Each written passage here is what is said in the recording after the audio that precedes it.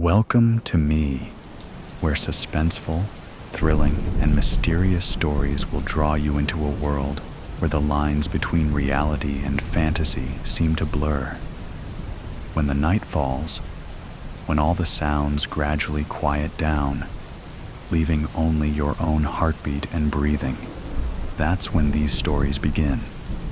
Tensions, unsolved mysteries, moments that will make you hold your breath in fear or curiosity, all are waiting for you ahead. Find a comfortable seat, dim the lights, and let this sound guide you on a journey that is not for the faint of heart. I want each of you to leave a comment sharing where you are in the world. And if you are enjoying the episodes, don't forget to give a like and subscribe to the channel now. Relax. Are you ready? If so, join me in the first story right now. In the silence of ashes, Jacob's fingers trembled against the dented tin cup, water sloshing perilously close to the rim. The November air carved his lungs raw, bitter with smoke from chimneys that transformed flesh to ash. His worn shoes navigated the mud between barracks, sidestepping puddles that mirrored a colorless sky. At 13, Jacob had perfected invisibility. 3 years of silence, not by choice, but necessity after witnessing his father's execution, had rendered him a ghost among the living dead that shuffled through the camp. While other boys his age had been selected for immediate disposal, Jacob's muteness had ironically preserved him. The guards found utility in a servant who could never repeat their secrets, who existed in the peripheral shadows of their consciousness. The SS officers spoke freely in his presence. Plans whispered, transports scheduled, executions ordered, all captured in the flawless vault of Jacob's mind, where every detail existed in perfect recall, a gift that had once earned him praise from teachers in another lifetime. Before yellow stars and cattle cars, Obersturmführer Kruger waited in his usual spot, a folding chair positioned in the sliver of shade beside Barracks 7. Jacob knew the man's habits with precision. The hat removal, 17 minutes into his shift. The triple tap of his boot before sitting. The heavy eyes, exactly 40 minutes after lunch. "Schneller, Junge!" Kruger barked, gesturing impatiently as Jacob approached. Jacob quickened his pace, keeping his eyes fixed on the shallow pool of water in the cup. One did not look directly at the gods of this underworld, the men who decided, with casual flicks of their fingers, who would breathe another day and who would feed the insatiable furnaces. Kruger snatched the cup, gulping noisily. Water escaped his lips, tracking through the dust on his chin. Jacob stood motionless, hands clasped before him, awaiting dismissal or further orders. The guard's eyes were bloodshot, the whites yellowed like old paper. Night duty in the processing center, Jacob surmised. New transports had arrived yesterday, which always meant sleepless shifts for the guards. "Wait," Kruger muttered, settling deeper into his chair. "I might want more." Jacob nodded once, the barest acknowledgement of the command. He knew stillness, as others knew prayer. A ritual of survival, practiced until it became reflex. The camp existed in constant motion, guards shouting, prisoners shuffling, machine guns occasionally stuttering their terrible poetry of death. To be still was to disappear. Minutes stretched. Kruger's head gradually lolled forward, his breathing deepening. The cup tilted dangerously in his loosening grip. Jacob watched through lowered lashes as the guard surrendered to sleep. The keys hanging from Kruger's belt caught the weak sunlight, transforming ordinary metal into something mythic. Freedom incarnate. Jacob's pulse accelerated, blood rushing in his ears like distant artillery. No guard ever slept on duty. The punishment was severe. Perhaps not death, but certainly disgrace. This aberration might never repeat itself. A singular crack in the impenetrable wall of captivity. Jacob's mind calculated with the precision of mathematics. 4 minutes until the patrol passed the northern fence. 7 minutes until roll call at the women's barracks would divert attention eastward. The electric generator hummed 60 meters to the west, powering the final barrier between imprisonment and possibility. His fingers, trained by years of obedience, trembled with rebellion as they reached toward the key ring. A lifetime compressed into a single breath as metal brushed against metal with the whisper of butterfly wings. The ring slid free. Jacob backed away silently, the keys clutched against his chest like a talisman. The dormant power they represented sent electric currents through his body, awakening nerves long numbed by survival.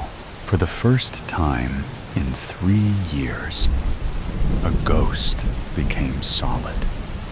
A shadow contemplated substance.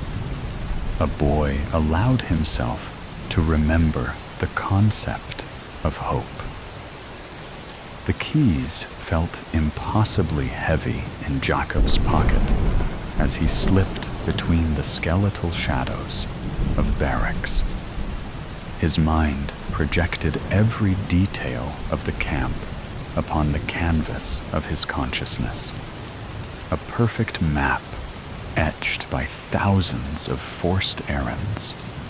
There, the blind spot behind the infirmary, where guards rarely patrolled. Here, the drainage ditch that ran beneath the eastern fence, partially obscured by withered weeds. Each movement demanded precision as afternoon shadows stretched across the packed earth. Jacob became one with them.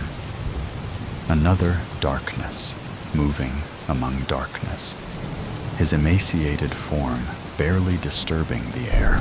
The camp's architecture revealed itself differently now.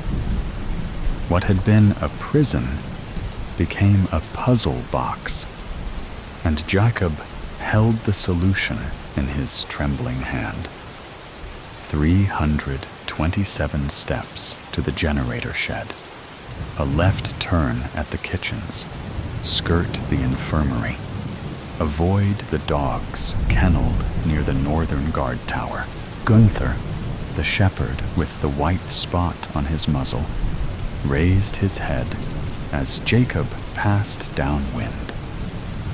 The animal's ears pricked forward, nostrils flaring. Jacob froze, becoming stone. The dog's amber eyes held his for an eternal moment before dismissing him. just another walking skeleton, carrying neither food nor threat. Jacob released the breath he'd been holding and continued his careful trajectory toward freedom. The world had shrunk to immediate sensations. Ribs against lungs, the metallic taste of fear, fabric against skin. Nothing existed beyond this moment of movement, this singular pursuit of escape. A sudden commotion erupted near the eastern fence. Jacob pressed himself against Barracks 12, becoming one with its weathered planks as two guards rushed past. Not for him, not yet. The keys remained undiscovered. As the guards disappeared, Jacob continued his journey through the camp's service areas, places where a silent child became as invisible as dust motes in sunlight. He reached the narrow passage between buildings where mud gave way to gravel, treacherous ground that might announce his presence. Jacob moved with the deliberate care of a tightrope walker, testing each step. A soft sound stopped him. A whimper, barely audible, drifting from beneath the elevated supply depot. Jacob hesitated, freedom calling from just beyond. The sensible choice was clear. Continue, escape, survive. Yet he found himself crouching, peering into the darkness beneath the structure. 5 pairs of eyes reflected the meager light.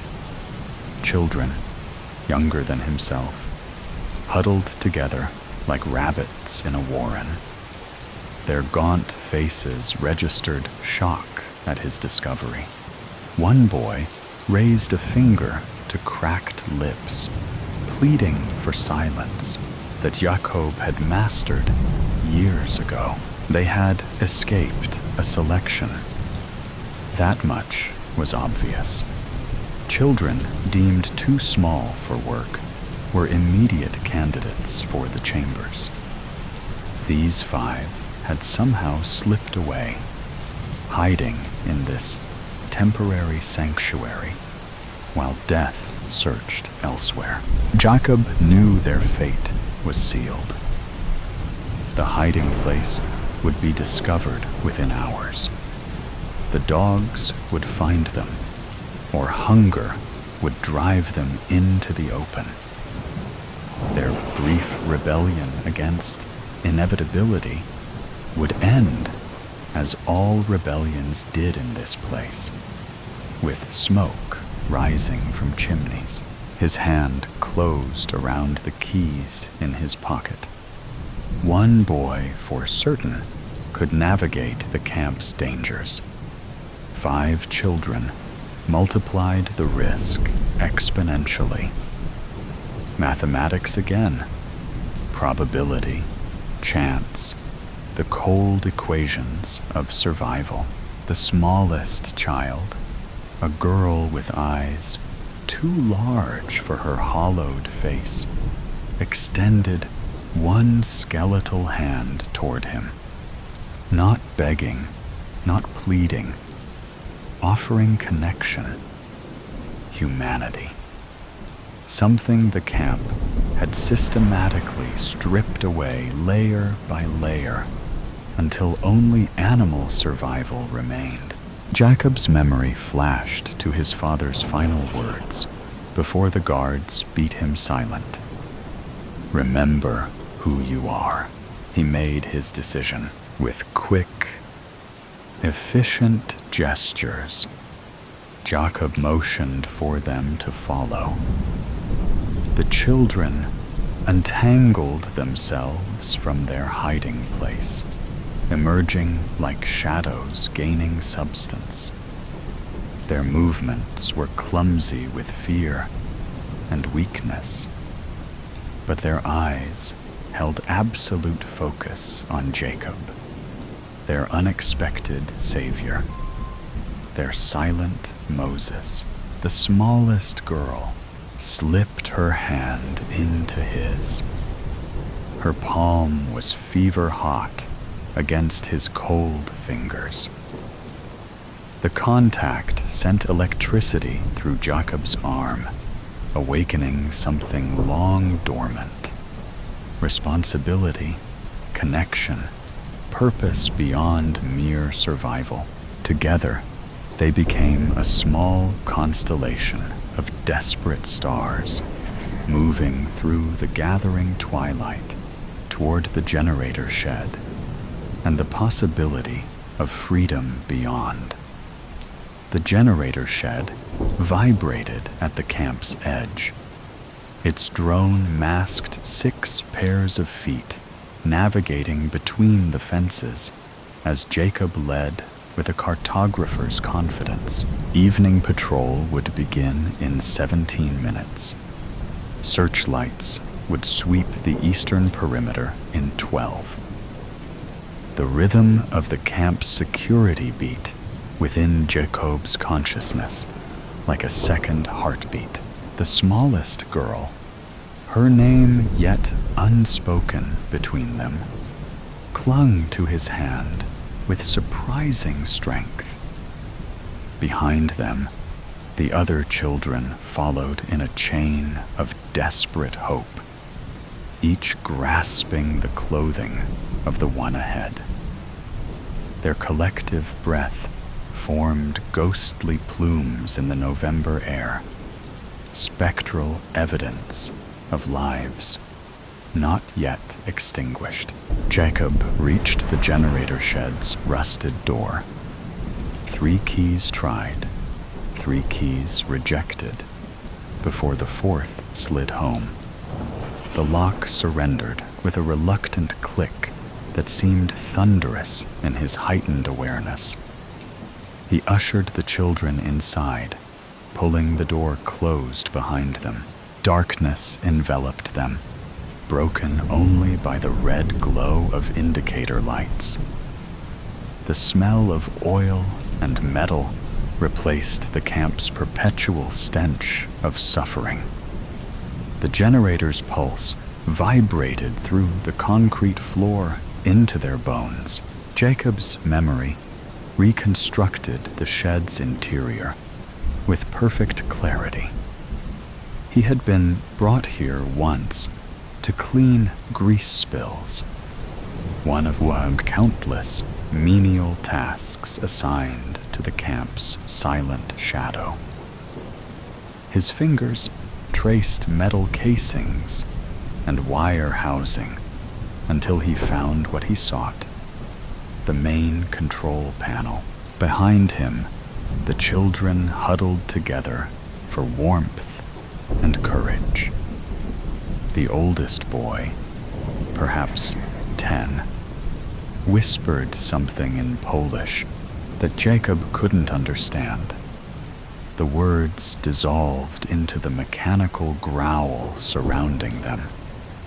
Language had become irrelevant. Only action mattered now. Through the shed's single grimy window, Jacob watched lights flicker on across the camp as day surrendered to evening. Searchlights awakened, their harsh beams cutting white arcs through gathering darkness. Guards emerged from barracks, rifles slung across shoulders. Somewhere, Obersturmführer Kruger would be awakening to the realization of his catastrophic error. Jacob's hands hovered over the generator's controls. His perfect memory recalled every wire, every connection observed during his brief exposure to the machine's inner workings. Disabling it would plunge the camp into darkness and deactivate the electrified fence. But the backup systems would engage within minutes. Their window for escape would be measured in heartbeats. A distant alarm shattered the twilight, a shrill mechanical scream that announced discovery. Whether Kruger's missing keys or the children's absence had triggered it remained unknown. The distinction was academic. The hunt had begun. The smallest girl pressed herself against Jacob's side, her body trembling like a captured bird. He placed a reassuring hand on her head, then turned his attention back to the generator. Its massive form contained both their imprisonment and their salvation. Jacob seized a wrench from a nearby workbench and wedged it between critical gears. With calculated force, he twisted until metal screamed against metal. Sparks erupted in blue-white constellations, reflected in the wide eyes of the watching children. The generator's rhythm faltered, coughed, then disintegrated into mechanical death throes. Lights across the camp flickered, dimmed, and died. Darkness descended like a blessing, punctuated only by the crimson pulse of emergency lights and the distant, frantic beams of guards' flashlights. Jacob yanked the shed door open. Freedom waited in the gathering night, separated from them by a single fence now rendered harmless. He gestured urgently to the children, pointing toward the eastern boundary, where forest began 200 meters beyond the perimeter. Dogs barked in the distance, savage, hungry sounds that accelerated their terror into action. The children poured from the shed like water finding its level, Jacob bringing up the rear. The smallest girl's hand remained locked in his as they navigated by instinct and starlight toward the fence. With his free hand, Jacob tested the metal mesh. No electricity hummed beneath his fingertips. The backup generators had not yet engaged. He boosted the smallest children over first, their bird-like bodies barely disturbing the wire. The older ones climbed with desperate strength, tumbling to freedom on the other side. As searchlights swept closer and dogs barking intensified, Jacob hoisted himself upward, muscles straining against the weight of exhaustion and malnutrition. Barbed wire tore through his threadbare clothing, carving shallow furrows into his flesh. Pain registered as distant information, irrelevant to the imperative of movement. He dropped to the ground beyond the fence, landing beside the waiting children. The absent hum of electricity had been replaced by shouts and whistles, the camp awakening to their rebellion. Jacob pointed toward the dark line of trees in the distance. "Run," he mouthed silently, the word forming on lips that had forgotten speech. Together, they fled across open ground, 6 shadows merging with the greater darkness. Behind them, flashlight beams swept the area around the disabled generator. Ahead, the forest promised concealment, if not safety.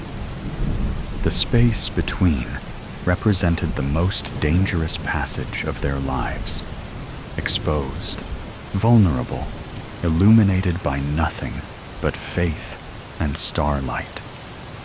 The forest swallowed them whole. Pine needles cushioned their footfalls as the scent of resin replaced the camp's miasma with air that tasted of possibility.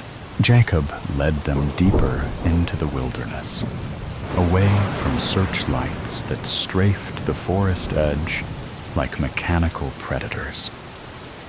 Behind them, the camp's alarms continued their frantic cry, a sound that diminished with each step, but remained embedded in their consciousness like a splinter beneath skin. The smallest girl stumbled, her strength finally failing. Jacob caught her before she fell, lifting her slight weight into his arms. She weighed no more than autumn leaves, her bones fragile as a bird's, beneath his hands. Her head came to rest against his shoulder, absolute trust in the gesture. They continued for what might have been hours or minutes. Time had dissolved into meaningless abstraction. Distance alone mattered now. Every meter gained was a victory against death. The other children followed Jacob without question, their faith in his silent guidance absolute. A stream appeared, silver in the moonlight. Jacob gestured for them to drink. The water tasted of stone and stars, reviving something beyond their physical bodies. Perhaps hope, perhaps humanity. The oldest boy spoke, his voice a rusty hinge breaking the forest's solemn quiet. Müssen wir weitergehen? Must we go further? Jacob nodded, pointing deeper into the forest.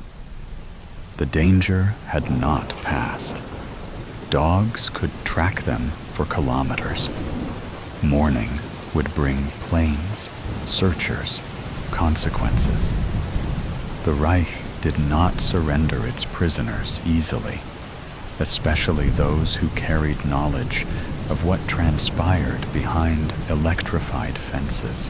The smallest girl stirred in his arms, her eyes reflecting fragments of moonlight.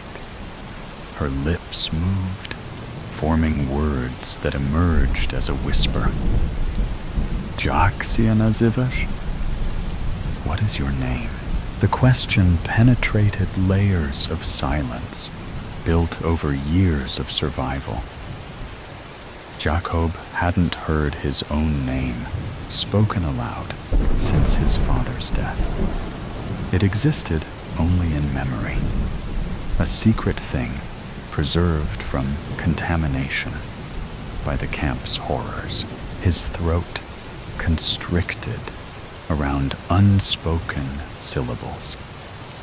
Speech had become foreign territory, a country from which he had been exiled.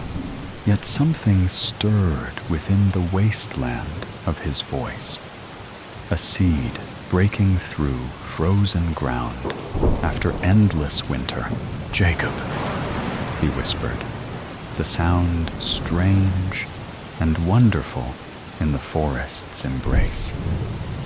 His voice emerged broken, raw with disuse, but undeniably his own. Jestem Jakob. I am Jacob. The girl's smile transformed her hollow face, revealing the ghost of beauty that starvation had nearly erased. Estera, she replied, offering her name as a gift in exchange for his. The other children murmured their own names: Tomasz, Lilka, Beniek, David. each syllable a reclamation of identity. The camp had attempted to replace with numbers. They stood in a tight circle beneath the ancient pines, no longer prisoners, not yet survivors, suspended in the fragile space between captivity and freedom. A distant howl shattered their momentary peace, the unmistakable voice of a tracking dog catching their scent. The hunt continued. Jacob set Estera gently on her feet and pointed westward, where the forest grew denser, offering deeper concealment. "Musimy biec," Estera said with quiet resolve. "We must run." Jacob nodded, taking her hand once more. Together, they plunged deeper into the wilderness. 6 children against an empire, armed with nothing but the desperate courage of those with nothing left to lose. The forest embraced them, branches parting to accept their flight, roots steadying their uncertain steps. Dawn found them huddled beneath a rocky overhang beside a wider stream. Exhaustion had claimed the younger children, while Jacob remained awake, listening to the forest's morning chorus, replacing the mechanized rhythms of captivity. Estera sat beside him, her slight shoulder pressed against his arm. "Dokąd idziemy?" "Where are we going?" she asked, her voice barely audible above the stream's gentle murmur. Jacob's mind, so accustomed to precision and calculation, could offer no certain answer. The geography of freedom remained unmapped territory. He had memorized every centimeter of captivity, but possessed no chart for liberation. The words came slowly. "Na południe, do partyzantów." South, to the partisans. Rumors had circulated through the camp.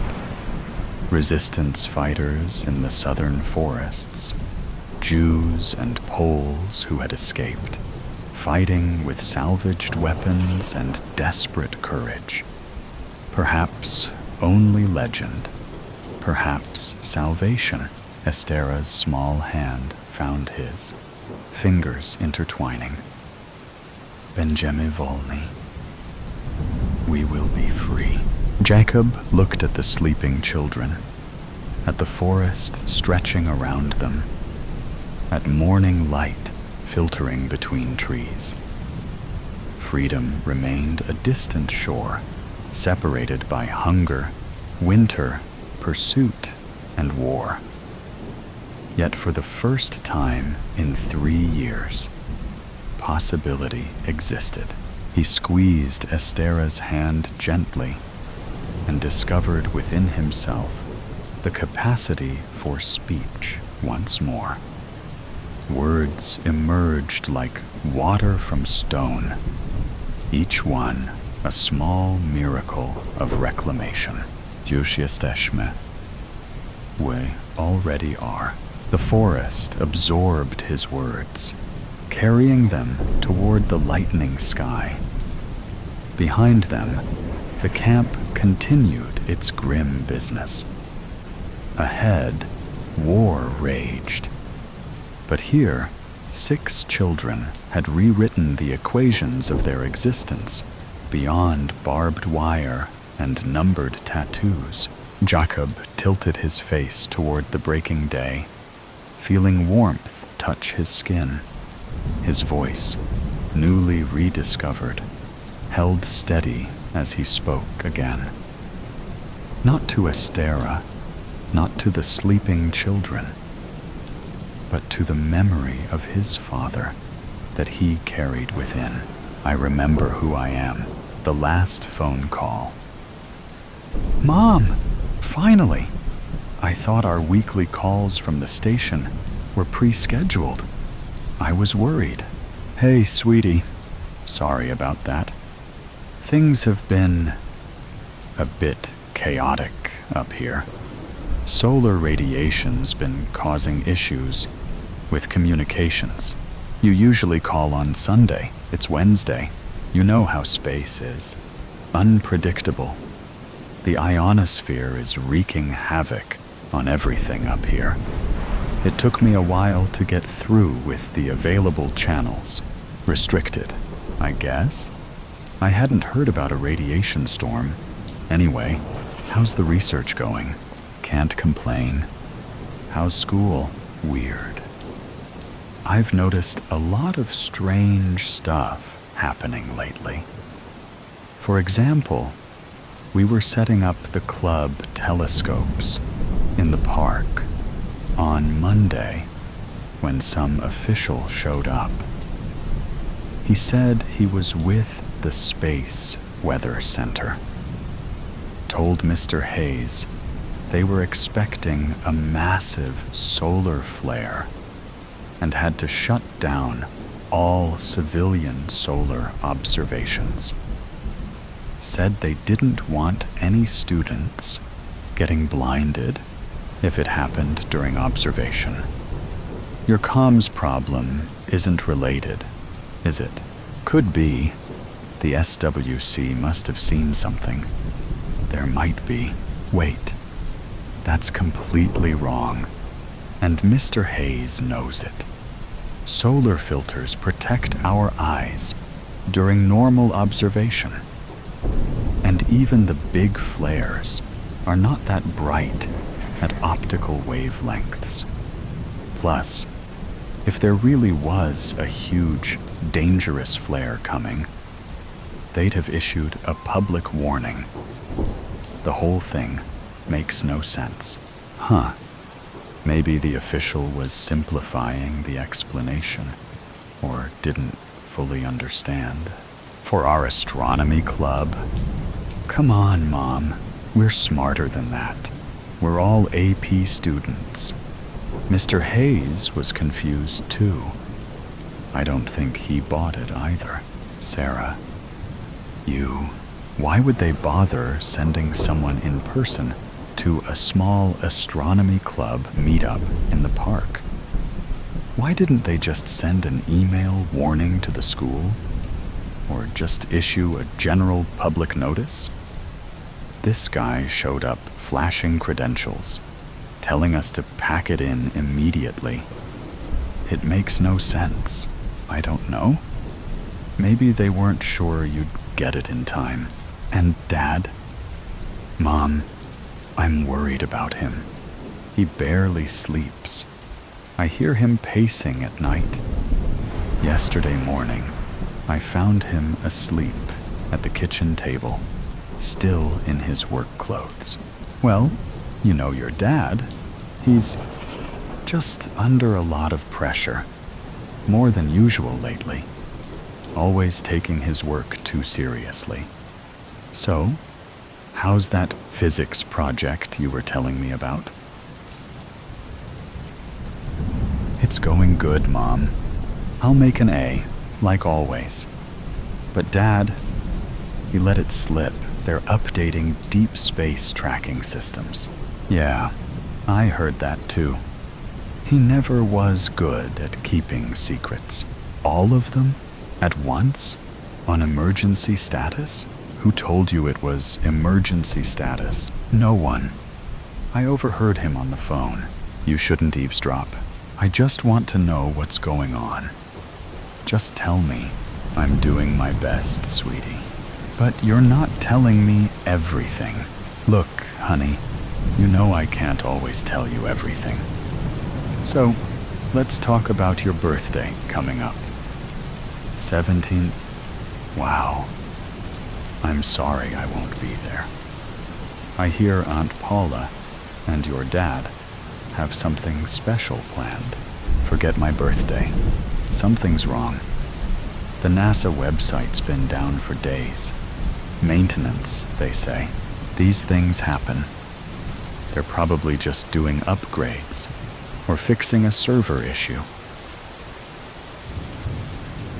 During the same week that all the major observatories stopped updating their websites, Sarah, and why did Aunt Paula buy extra supplies? What do you mean? I dropped by after school yesterday.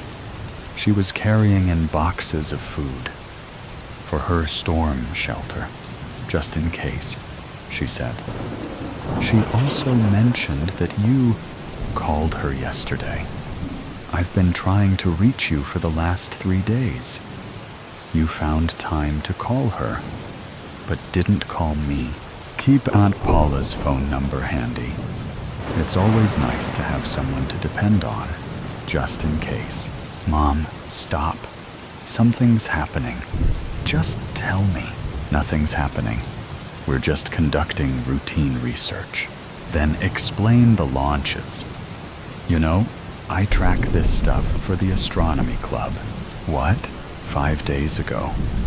China, Russia, and NASA all launched within hours of each other. No warnings, no announcements. All classified payloads at the same time. Honey,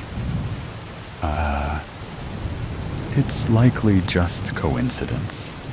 Sometimes agencies coordinate for unrelated reasons. You know, NASA likes to cooperate with other agencies. I might have believed that, but amateur astronomers tracked 2 of the rockets, posted the trajectory data online. Then their data disappeared. And now those same astronomers aren't responding to anyone. They've gone dark. You really need to stop reading conspiracy theories online. These aren't theories. I've seen the videos from people who live near the launch sites. Those have been taken down, too. I checked the trajectories myself. They're all going to the ISS, aren't they? And why did the ISS change orbit? Sarah, NASA's. It's complicated. Just some specialized equipment and for our research. Okay? The Russians are sending up new cosmonauts. The ISS is just performing a standard maneuver, Sarah. Space debris is unpredictable. You know how it is. Nothing you need to worry about. Really? China finally claimed it was a weather satellite launch? Why did Russia lie in their announcement today? They said it was engine testing. And why hasn't NASA said something? These things are complicated. No one launches secret missions in perfect sync by accident, Mom. Remember when you taught me about Occam's razor? Sarah and the astronomy forums are going crazy about something near Jupiter. But the posts keep disappearing. Internet hoaxes. Don't believe everything you read online. No? No, it's not. Dad got a call late last night. It woke me up. I got up and saw him make several calls. He looked rattled. Then he told me this morning that he needs to leave for a few days. For work. So, Mom, I couldn't help but overhear Dad's side of the call. He said something about a spacecraft and a collision course. Mom? Sarah, it's not what you think. These conversations are never straightforward. Your dad deals with classified projects all the time. You should get some sleep, honey. It's late there. He's never acted like this. What's on a collision course? Sarah, please, I can't talk about this right now. All those launches, the spacecraft, the deleted information. It's too much to be a coincidence. They're hiding something, Mom. And you know, Sarah, it's just... Stop, okay? You're not... Mom, are you preparing for something? It's not just research, is it? I can't have this conversation. The Chinese, the Russians, NASA, the ISS, you're all working together. In secret. Sarah, quit it. Now. You're not studying anything. You're trying to stop something. Sarah, I can't do this. I have to go. How big is it? How big? What? The asteroid. That's what it is, isn't it? That's why all the telescopes are shut down. Why everything's classified. You don't want people to panic. Mom, you always were too smart for your own good. How bad? I have to go. Mom, please, don't tell anyone about this call. What? I mean it. It's important. Promise me. I promise. I love you, Sarah. More than anything. Always remember that. Okay? No matter what. Mom, are you going to be on that spacecraft? Mom, please tell me you're not. Be strong, Sarah. Like I know you can. Remember how much I love you. And know that I'm doing everything I can to come back to you. And stay close to Aunt Paula. Just in case. Mom, just be careful and come home soon. Mom, this call has been terminated. I love you too. Stay safe. Hail Mary. The man lay prone on the edge of thick woods, sighting down the scope of a .30-06 hunting rifle. Snow flurries melted on the back of his neck. For an unknown reason, and mixed with the smell of pine and gun oil, the phrase, "veil of an endless winter," entered his mind. He shook his head. Poetry is the vice of fools, he scoffed. Through the compressed distance, the telescopic lens thickened the falling snow, proving the chalk house a quarter-kilometer away, a miraged dream. A woman came out on the porch, centered in the crosshairs. As if something caught her attention, she glanced quickly in the man's direction. She studied the woods for a long time. They stared back at one another, she in the glass from opposing distance, he a foreign and ominous presence. He stripped off his camouflage clothing, his muscles taut. After switching out to jeans, a black polar tech, and civilian hiking boots, he broke down the rifle, then wrapped the sections carefully in white cloth. He stuffed the bundle into his knapsack. Before he tied up the pack, he pulled out a clear plastic sleeve containing a yellowed file. Within it, he flipped through multiple pages, stopping at an aged copy of a driver's license. The photo, a man with long white hair. He tapped the image, his forefinger protruding from a fingerless leather black glove. He then said out loud, "Gotcha, you son of a bitch. Do you have food?" He asked the woman who answered the oak plank door. She was gaunt and scanned over the man's head to the woods. She's beautiful, he thought. Is she 35 or 50? She looked the man over. We can give you food for work. but not long. Okay, what are you? I'm Tavi. No, I mean, what are you? Bannock. I'm Bannock. Did you come from Twin Falls? The reservation. No, no one comes from there anymore. We need you to bury cattle. Can you do that? Yes. Days went by, and the man slept in the barn and spent his time chipping at frozen ground, digging holes, maws in the earth. There were over 50 carcasses in a field, bloated and gray-white. The work didn't bother him.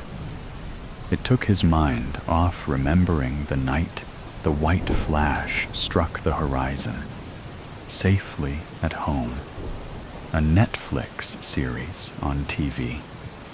His wife was reading in a pink robe, his son in his bedroom. His first thought was, why didn't I ever buy a gun? The impact wave struck the house, sweeping it away, as easy as fine cutlery off a table. And as luck would have it, leaving him without a scratch, but alone.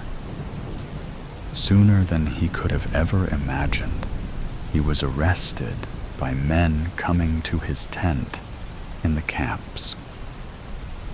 You're a terrorist, accused the broken and terrified faces, neighbors he'd hugged at Christmas parties.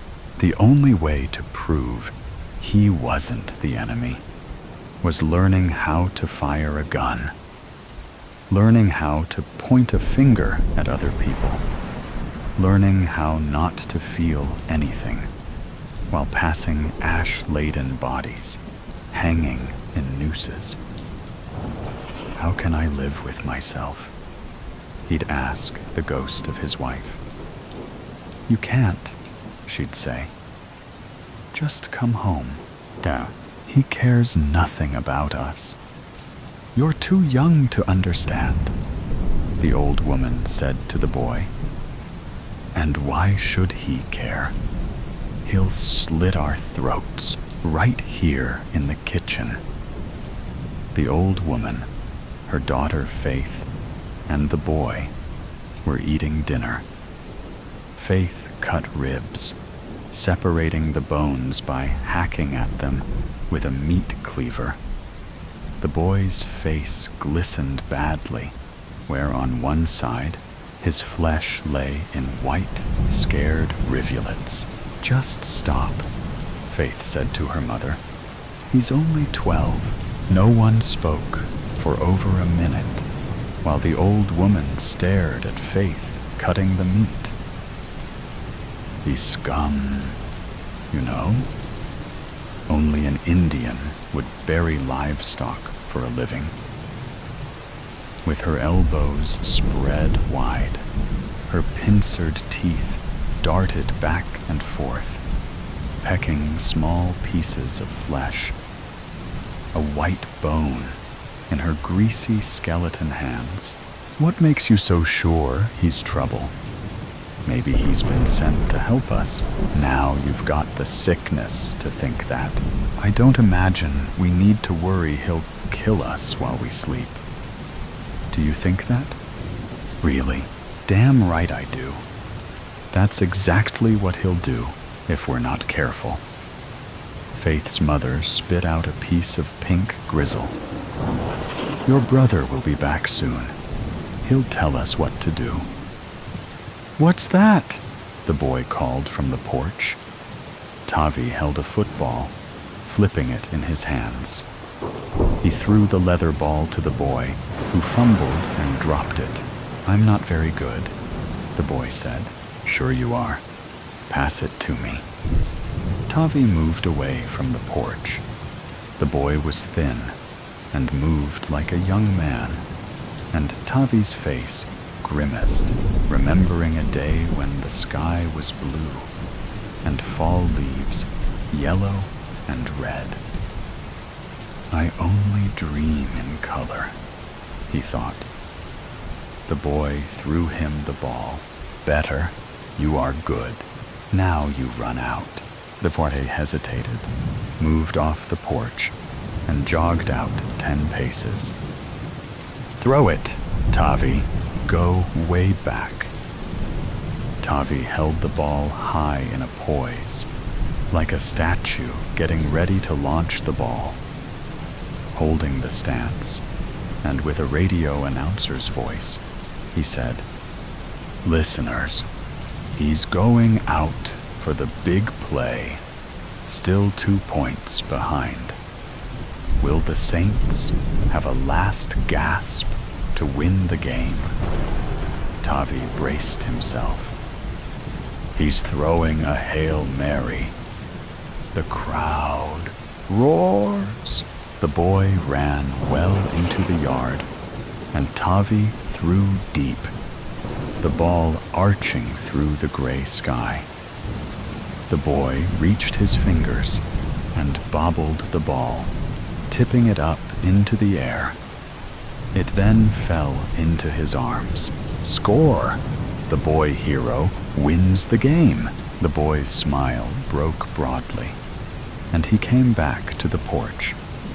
He handed the ball to Tavi. "There's no more football, but there is. We're the proof, aren't we? I guess. But it's not the same." Tavi put his arm around the boy's neck. He pulled him close. Laughing, the boy hugged Tavi. Tavi winced. He burst out crying. "Just go in the house, will you? Go, damn it!" The boy cowered, his eyes wide. He ran to the house and slammed the screen door. Soon Faith came out, but Tavi was nearly retuned to the barn. "Is this what it's come to?" she asked herself.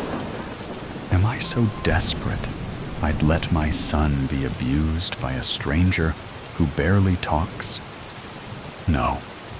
Even with your life stripped away, you still have something. Your son. He is the only pure honesty left. What keeps you alive." She plodded to the barn and then leaned against the barn door. Tavi's shirt was off, and he was pumping water into a bucket. Scars covered his back like lost highways on some map no one used anymore. "You don't yell at my son," Faith said. Tavi glanced up. "I'm sorry." "What's your problem?" "Nothing. That's not enough. If you want to stay, you need to tell me." "It's nothing, okay?" "What? Tell me." Tavi put his shirt back on.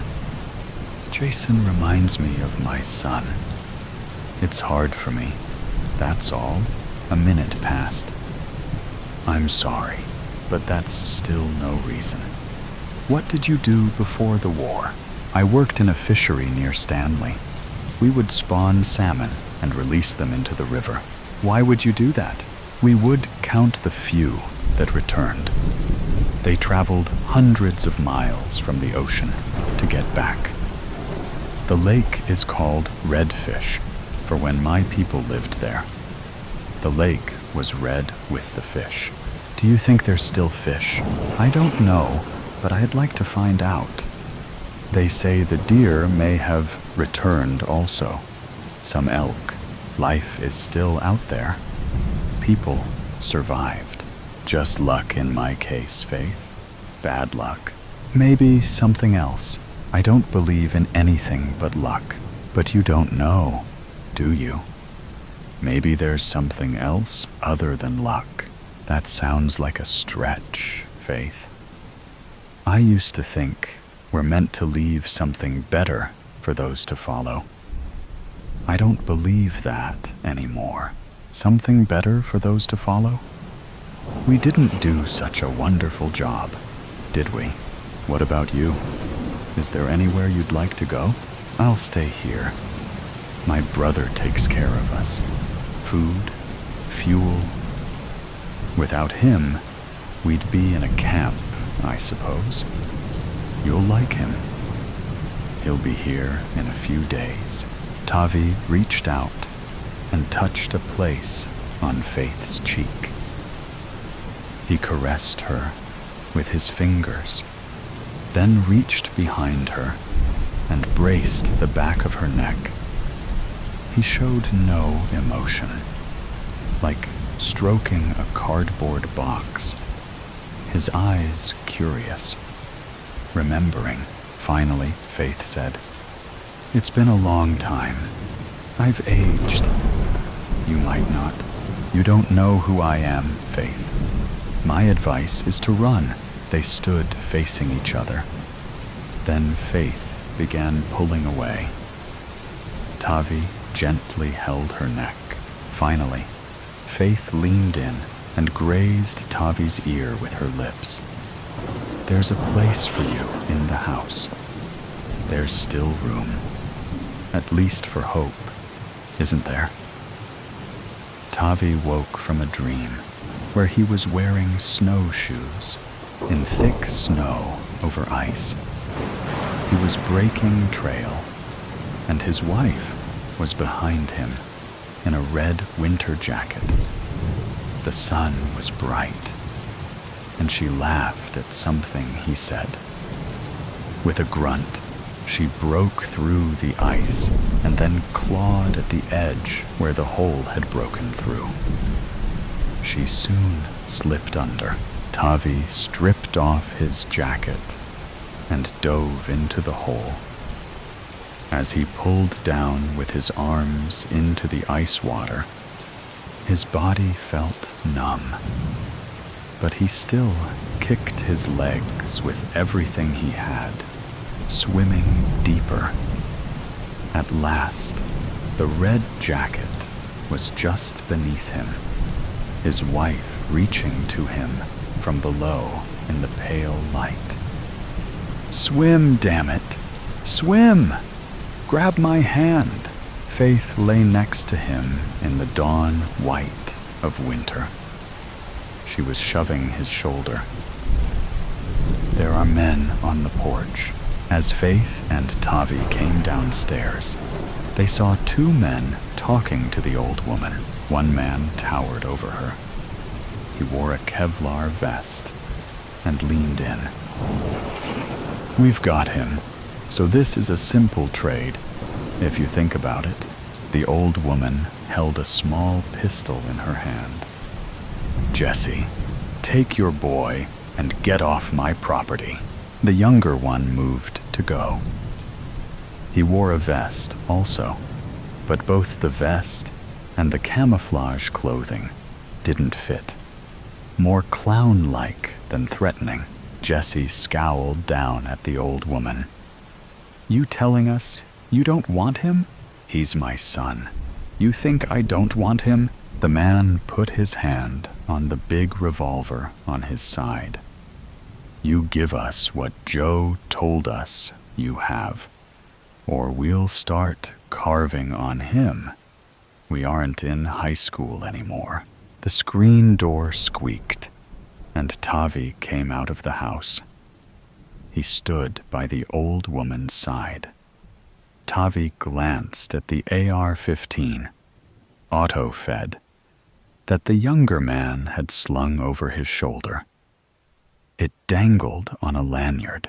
Jesse glanced at Tavi. "Who the hell is this?" "You get out of here, now," the old woman said. The two men walked away, and Tavi and the old woman went back into the house. They gathered in the living room with the boy and Faith. "Why didn't you shoot him, Grandma?" asked the boy. He went to the window and peered through. "That's Jesse Rollins." "Yes, it is," said the old woman. "Now move away from the window." "What did they mean by saying they have Joe?" Faith asked. The old woman checked the handgun for bullets. A small .22 pistol. "They have our Joe, holding him out there. But I'm not giving them anything. It's all we have keeping us from a camp. You can't imagine faith. What Joe says is going on. He's family. It's a trade, isn't it? I'm just doing what he'd do to us. He's as dog-eat-dog as I am, and knows how it is. Tavi entered the room, carrying his pack. It was full, his feet heavy on the wood slats. The scoped rifle was strapped in a sling over his shoulder, and he wore camouflaged fatigues. In front of the old woman, he said, "I'll be needing your pistol." The old woman grabbed for the gun, but Tavi held her wrist while he twisted it out of her hand. He then tucked it in the rear of his pants. The boy had tears in his eyes. "Tavi?" Tavi went to the window.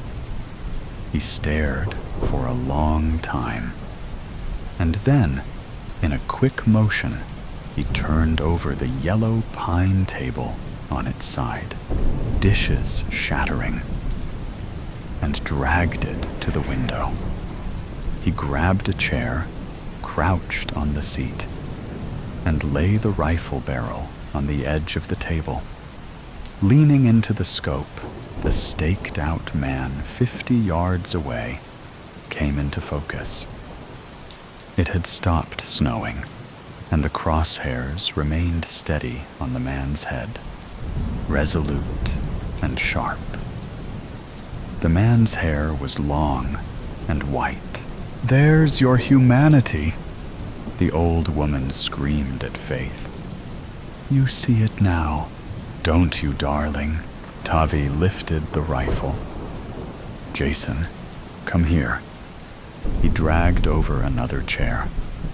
"I'm going to go out there and draw those men out of the woods. When you see the smaller man come out with the rifle, he intends to kill me. Do you understand that?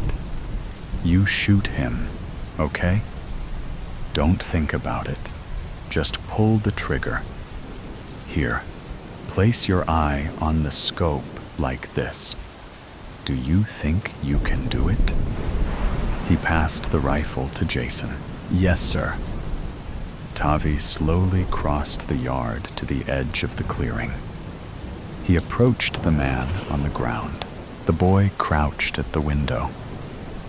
"Come on, come on, come on," he mumbled to himself as he steadied the rifle, bracing the stock with his shoulder.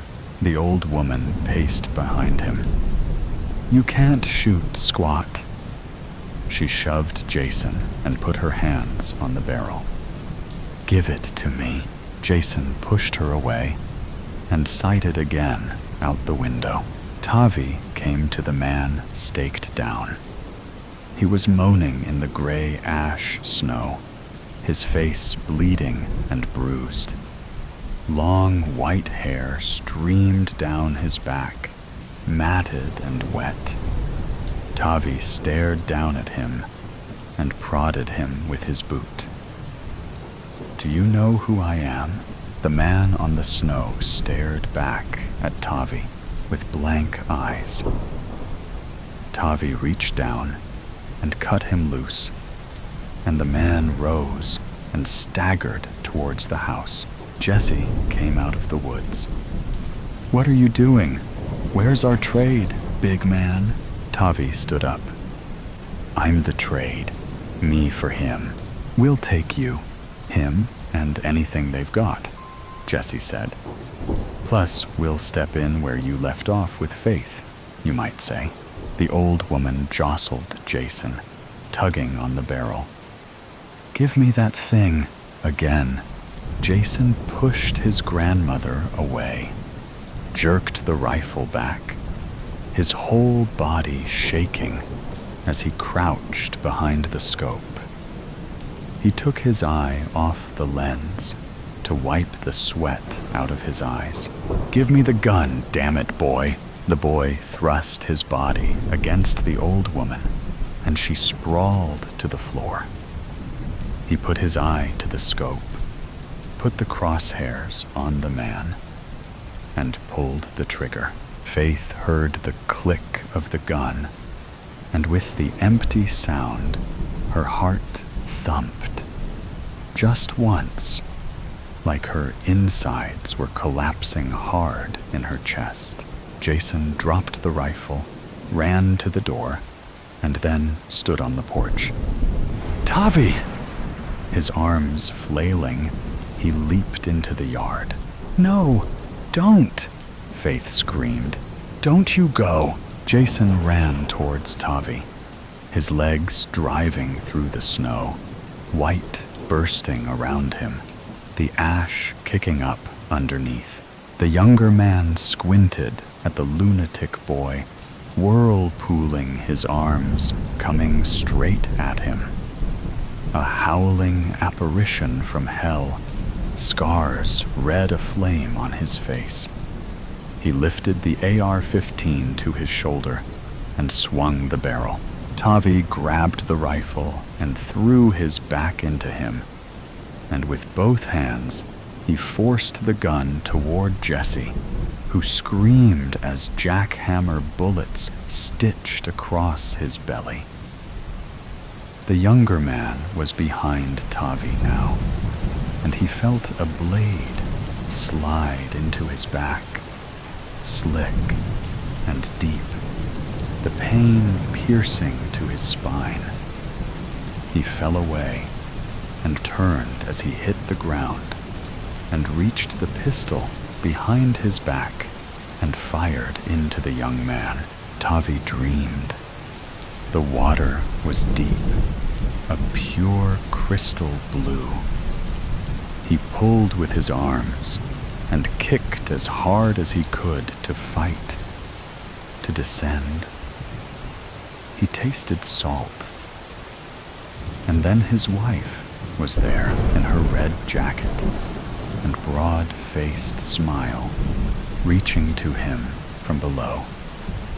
The water was warm as he went deeper, so very warm. She stretched to him, her face with such a smile. "Grab my hand," she said, and he did. They began swimming against the current, the levee. "This is bullshit. It doesn't take two of us to guard this levee. Nothing's going to happen, especially not this time of night in the pouring rain. Don't know why we have to stand outside rather than sit in the cab. Could see just as bad from in than out. You just drove in today. Go ahead and get some sleep in the deuce. You look like shit. You look like shit." "Nah. Remember, I'm kinda local. I got to sleep in my old bed at my mom's place last night. Go." "'Kay. Thanks, man. Yeah, whatever. Ed, stop. Who's there?" "This levee is under the supervision of the National Guard. Turn around and return the way you came." "Sorry, young man, but we can't do that. We don't want trouble, but we gotta do this. It's the only way." "Mr. Hicks." "Ah, what's your tag there, say?" "Adams?" "Which one of the Adams boys are you?" Rick. Sir, I'm Rick. Who's with you?" "Just me and my dad, son. Just me and him." "Why don't you put that gun down?" "Old Pops is with you? What are you two doing here?" "Let's just put that gun down, son. We'll explain." "I can't do that, sir. Especially not with you holding that shotgun. You two need to stop bickering like old hens before I drop this box. That wouldn't be good for any of us." "What's in the box?" "Dynamite." "Dynamite? What the hell, Pops? Why are you bringing dynamite out here?" "Mr. Hicks, it's the only way, Ricky. The only way we don't lose everything." "I don't understand." "We gotta blow the levee before we lose everything." Our farm is set to get flooded out completely. I can't let you do that.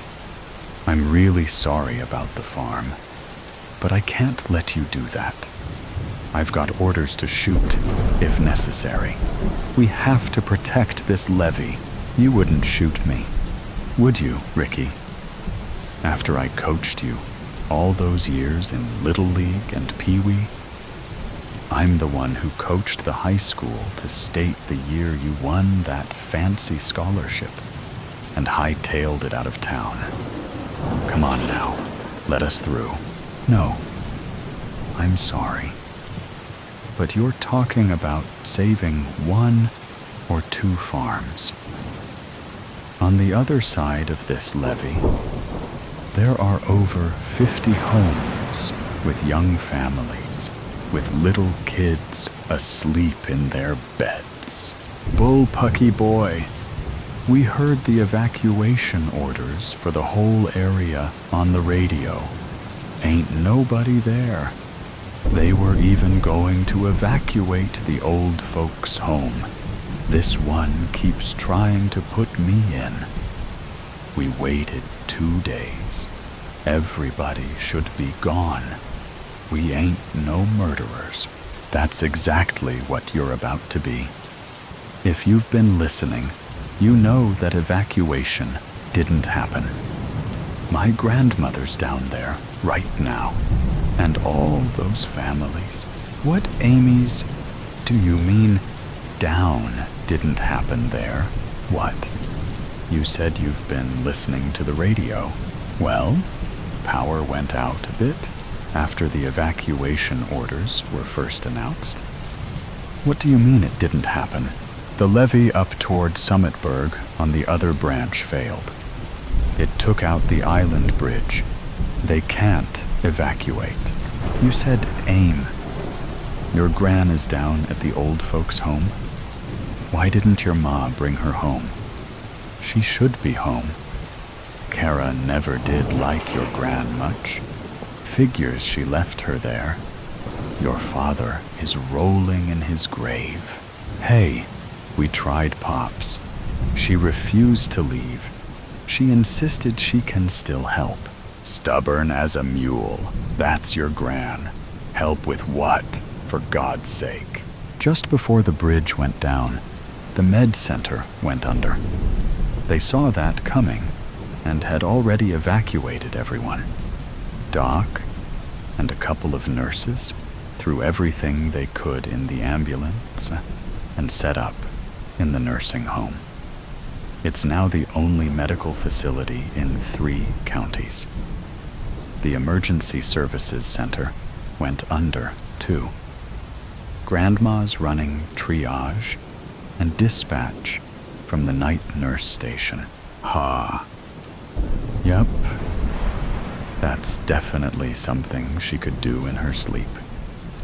She was a Spitfire Army nurse, then spent probably 30 years running that dispatch before retiring. Well, holy. But our farm? Bill, hush. Private. Have your engineer types checked out this levee? Is it going to hold if it keeps raining like this? They're not sure. There's some work supposed to happen tomorrow if this rain lets up a bit, but it's mostly wait and see. You got a radio, private? One I can reach your gran on? I'm supposed to keep it on the guard channel. Just for a minute. No one will know it was your radio, and not a personal one. Please. Okay. Here, Amy Adams. You there, sweetheart? It's Hank. Hank Hicks. You get off this emergency channel. This is for business. Just one quick ask, hun. Can you get word out for anyone willing to come by my place and drive the cows from the dairy barn across the road into the hills? I'm not there, and it's going to flood in real quick. My grandson, Mike, worked for you last summer. He's right here. I'll send him and anyone he thinks can help. Thank you, sweetheart. I gotta go. Dad, what was that about? We can be back in plenty of time to drive the cows out ourselves. If it even comes to that. Oh, it's come to that. Come on, Bill. We've got a levee to blow up. What do you mean, Pops? No, Dad. No. We'll lose everything. More than everything. What are you guys talking about? I'm talking about taking some of the pressure off this here levee to make sure your gran and all those folks stay safe. What are you talking about? He's talking about blowing the private levee in our back pasture. Flash flooding the whole farm. Darn right I am. Let's go. No! We can deal with some flooding, but that would wipe out everything. Son, it is still my farm, not yours. We'll lose crops. We'll lose equipment. We might well lose buildings too. But the land ain't going nowhere. And with the cows up in the hills, there'll still be a herd. You can use all the different property and crop and equipment insurance money to rebuild with all the fancy modern thingamabobs you keep going on about. Insurance. Dad, why the hell were we up here meaning to blow up this levee if we have insurance? I ain't never made an insurance claim, and I wasn't about to start if I could help it. Wait, what do you mean I can use the money? You mean we, right? Nope. I'm thinking I'll move myself into that old folks' home with his pretty grandma and leave you to it. Let's go blow a levee. The suicide shop. The suicide shop. When I first saw Kevin Trask, he was almost naked. Perhaps fully naked in my mind's eye. But he was wearing the skimpiest of bathing suits as he got out of his pool, stretched and toweled himself in the noonday sun. He could have modeled for any underwear ad. He was that chiseled, with long, angular lines from head to toe. I was both disappointed and relieved when he put on a purple silk robe. How appropriate, I thought, for the king of his world. He had yet to speak, despite acknowledging my presence with a brief nod. He was dead wrong if he intended for me to feel cowed by his superiority. I hated what he did for a living. Inside or outside? He asked as he came closer to me. I must have looked confused, or perhaps still caught in the daze of watching him get out of the pool. The interview? Oh, okay, I stammered, instantly regretting how I must have sounded to him, but then quickly recovered. Inside, I said. Too much sun out here, and I did not bring sunscreen. Inside, I groaned, thinking I could not sound any more stupid and thrown off by his looks, like any schoolgirl, instead of a crack reporter for the Daily Interview, a serious national magazine, a Pulitzer Prize finalist, for God's sake. Jeannie Hawk, crack reporter, bowled over by a Chippendale. Follow me. He turned and walked away from the house, and then through a hidden door in the outbuilding next to the pool. I like to use this room, out of earshot of the staff. NDAs can only cover so much. I don't want to be overheard spilling state secrets, he said with a smile. The interview will take about an hour, I said. He sat down and pressed a button on the side of his chair. The wall on the right side rolled away to reveal floor-to-ceiling window panes, revealing a view of the valley and city below. "Nice view," I said. "Fit for the Lord of all he surveys." He chuckled. "I like it." "Okay then, Genie Hawk, ask away." He got up and went to the wet bar. "Drink?" "Just water." Kevin Trask rarely did interviews, and I wanted to take full advantage of his time. Indeed, other than a few transitory answers at press conferences, he had never given a full interview. I placed my recorder and notebook on the coffee table before me, then dug into my purse for a pen. He watched me as I set up the tools of the trade. "Why both?" he asked. "Why both pen and paper and recorder?" "I always like backup," I said. "I never did trust technology." He shrugged. "I do."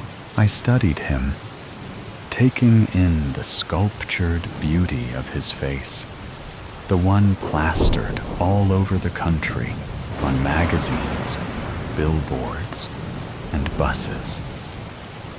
He took you into his eyes, forgiving all, a confessor and father, brother, even lover, all at once, leaving you wanting to do nothing but fall into those eyes and let it all go, listening to his voice as he told you to come find the peace you sought, the release you need, the end you had to have. And here I was, sitting before the real person behind those ads. I shook myself back to the task at hand. "This is Genie Hawk, date June 1st, 2035. So, Mr. Trask," he stopped me with a hand. "Call me Kevin," he said, inviting me to continue. "So Kevin," I stressed the word, "how did it all start? Where did you get the idea for the suicide shop?" "People have always wanted to kill themselves, Jeannie. I made a way for them to do that and live, should they choose, and also to die, should they choose that. It turns out that being able to do that all in one place made for an attractive business."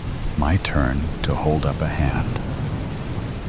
"Kevin, if I had wanted to listen to one of the suicide shop ads, I could have simply turned on the television. Every idea starts somewhere. I want to know your start. What drove you at the beginning and made you create all this?" Trask watched me interminably, emotions playing deep in his green eyes. Then he seemed to come to a conclusion. "I walked into the ocean to die, and I did not die." He paused a long second, and then began again. "I walked into the ocean to die, to let the waves wash over me and take me away. I thought the pills I had taken with the booze I had drunk would kick in and block any pain. I had been depressed for a long time and wanted it to end. I picked a spot where, when I sat down, the water came up to my neck. Then I waited. Oddly, I did not think about much. I just sat and waited. Perhaps it was the booze and the drugs. I don't know. But what was ahead of me was just a blank. Nothing that held any terror, I fell asleep for what I thought would be the last time. The water would take me, and I would be at peace. When I woke, the first light of dawn glimmered on the horizon. I was now sitting on wet sand, naked, the water's edge now 5 feet behind me. The tide had gone out, not in, and now I was sober and exposed and very, very naked. I raced to my clothes, still piled on the sand. I pulled the shorts on and then slipped back into my hotel room. No one saw me on the beach at that time of the morning. I would have made quite a sight to the old couples who strolled the early morning hours on the sand, hunting for shells and health. You cannot imagine how foolish I felt, both lucky and a total failure simultaneously. The odd thing was that I no longer wished to die. My depression was gone, lifted from me like a weight that held me down. I felt light and released and did not fear the future. He stopped, not looking at me, lost in thoughts of long ago. I asked, "If you did not want to die anymore, then why did you start a company that provides suicide as a service?" He returned to the present, looked at me with those eyes that poured deep into my soul, and smiled. "Have you ever wanted to kill yourself, Jeannie?" "Of course not," I said, perhaps a bit too briskly. "I don't believe you. Most people want to, at least once at some point in their lives, only to be stopped by circumstance or fear. Morality offers only partial protection. When you do it, it seems like a good idea at the time." I never forgot that. I had truly wanted to die.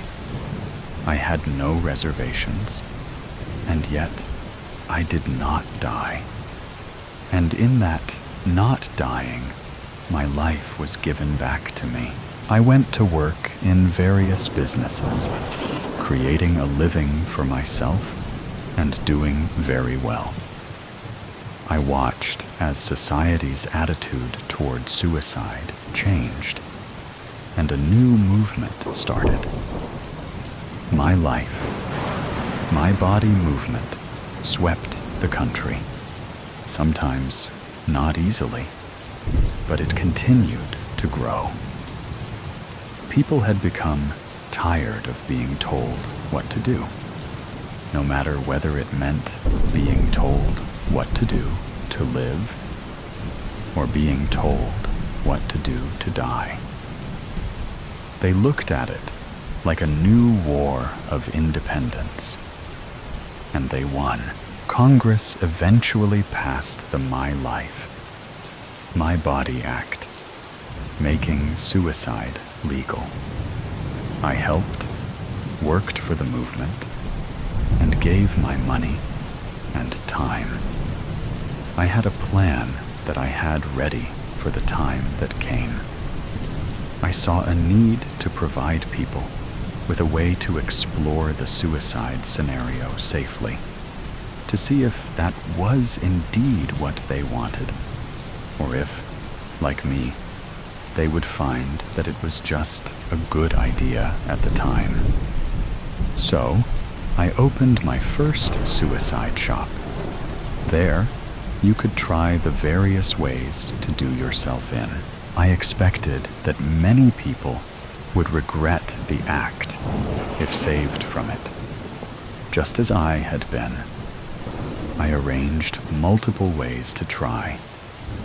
A menu, so to speak, death à la carte, all safe, unless you flipped off the safety switch. Then, it became permanent, but it was rarely used. Most preferred the safe try. The first shop was so successful that I franchised it, and it became the largest chain of any company in the country, and over the years, in the world. Would you like to see the inside of the shop? Absolutely. I followed him out of the house, down to a parking area with a large blue Rolls-Royce and a red Lamborghini. The chauffeur was waiting by the Rolls, and I expected him to get in that one, but he crossed the parking lot floor and held the door of the Lamborghini open for me. I like to drive. Do you feel you are doing all this for the money? I asked when we were driving. He just looked straight ahead, weaving in and out of the traffic, expertly guiding the car. I thought I saw a small curl in the corner of his lips, just the beginning of a smile. That's an old gambit, not very inventive, and surely you can come up with better. I provide a service. Others could do it as well, but I think my way gives people a chance to reconsider, to change their minds, and not complete the task if they are not truly committed. True, I said. What about those who come back repeatedly? Are they not adrenaline death junkies, getting ever closer to the deed to keep getting high? This time, he did not smile. Off the record? Okay, I answered. I have worried about that. At first, it was just a blip on the data screens, but at least there was a distinct uptick in the repeat visits. There may be a sexual adrenaline component to it. How often have you done it? I asked. Many, many times. I sensed that there was more he wanted to say, but he just added, "It does make the bottom line look good." Do you have much security? Oddly, not much. But we must guard the cars. We never know which trip could be their last. I let them park on site. Public lots complained about the abandoned vehicles. He parked the car, and we got out. We went to a private elevator, then up 4 floors, and then out to a large room. A hallway led out from it in 4 different directions, each lined by large glass doors on either side. He waved a languid arm to either side, and I watched pride form on his lips in a slow smile. Each room is a different experience, he said. Each room will be tuned to an individual's desires, just like tuning your radio dial to the deadly channel of death. This one, he said, pointing to the room to his right, is the overdose room, complete with all the world's favorite drugs, packaged in pill or IV form. If you want to go right to the edge and be pulled back, you must leave the safety switch in the safe position, and an aide will administer the antidote. Tell me of the other rooms. He moved on, waving his hand to either side, pointing out rooms for gunshots, cutting your wrists, throwing yourself out of a building or a cliff, car wrecks, death. By misadventure, even death by cop. There were many more rooms. Some take more preparation, mixing virtual and real reality in ways that can keep you alive unless you've turned off the safety switch. They are proprietary trade secrets that I can't tell you. We are quite adaptable. I felt the hair rising on my neck as he said this, realizing what appetites were being fulfilled here. I made a few notes, and my mind was racing. It's a cultural phenomenon. People use suicide as entertainment. I looked up at him and saw great weariness in his eyes, more than I would have expected. He was not a young man, but looked older than he should have when he did not smile. I suspected that he was unhappy with his creation. "Let's have a cup of coffee," he said. He led me down the hallway around the corner. There is a cafeteria coffee shop for people needing a timeout or a family that comes with them. Usually, if they bring family, they don't take the final plunge. Most of the time, they do that alone. He sat me down at the table and brought us each a cup of coffee. Mine was exactly what I wanted. Heavy duty, with lots of sugar. I wondered if he had been researching me. "Off the record," he said, watching me put my book away and ensure the recorder was powered off. The rest of our discussion should be off the record, as it might be bad for business. Going back to our previous discussion, people often ask why the person kills themselves. As I told you, I've always said that it is because it seems like a good idea at the time. The premise of my business was to have a way to explore that and find out if that's what you really wanted to do. Once the laws were changed and suicide became legal and a recognized right, it took on a life of its own. As you know, I have thousands of suicide shop franchises worldwide and gather data on the people who do it themselves. At first, it was a small number, but most people seemed to be looking for experience without true motivation. I've noticed, though, that the more you try, the more you return. And the more they return, the closer they get to the end. I believe you're right. Those people have developed an addiction. What is not known is that more people have died in the last 3 years of my shops than in all the wars the world over in those 3 years. To quote that old line, I have become death. He chuckled mercilessly. Beware of unintended consequences. "Can you stop it?" I said.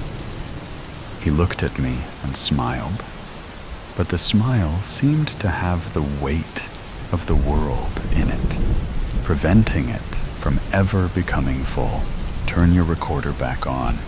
Let's finish the tour. You know I've never given an interview like this before. You may win a Pulitzer." We went to the last room. Inside the center of the room was a guillotine, one of my new additions. This device is one of the most efficient ways to kill ever invented. It's foolproof with the proper machine, quick in its finality, and I hope it is painless, although you can't ask the subject after it's done. Of course, it has a safety switch, and as with all the rooms, I can measure all the physiologic signs right up to the actual death moment. This room has not had a customer yet. I would expect it to be the same. The sensors review the data and come up with what I call the fear acceptance ratio. The closer to 0 that ratio gets, the more certain it becomes that the person will go through with it and kill themselves. I have placed a monitor in each room that the customer cannot see, but my technicians can. That's it, there on the far wall. If my technicians see the number getting close to 0, they know to be ready to call in the cleanup crew. That's a detail that has never been revealed. Be sure you write that down. The safety switch is there by the right hand.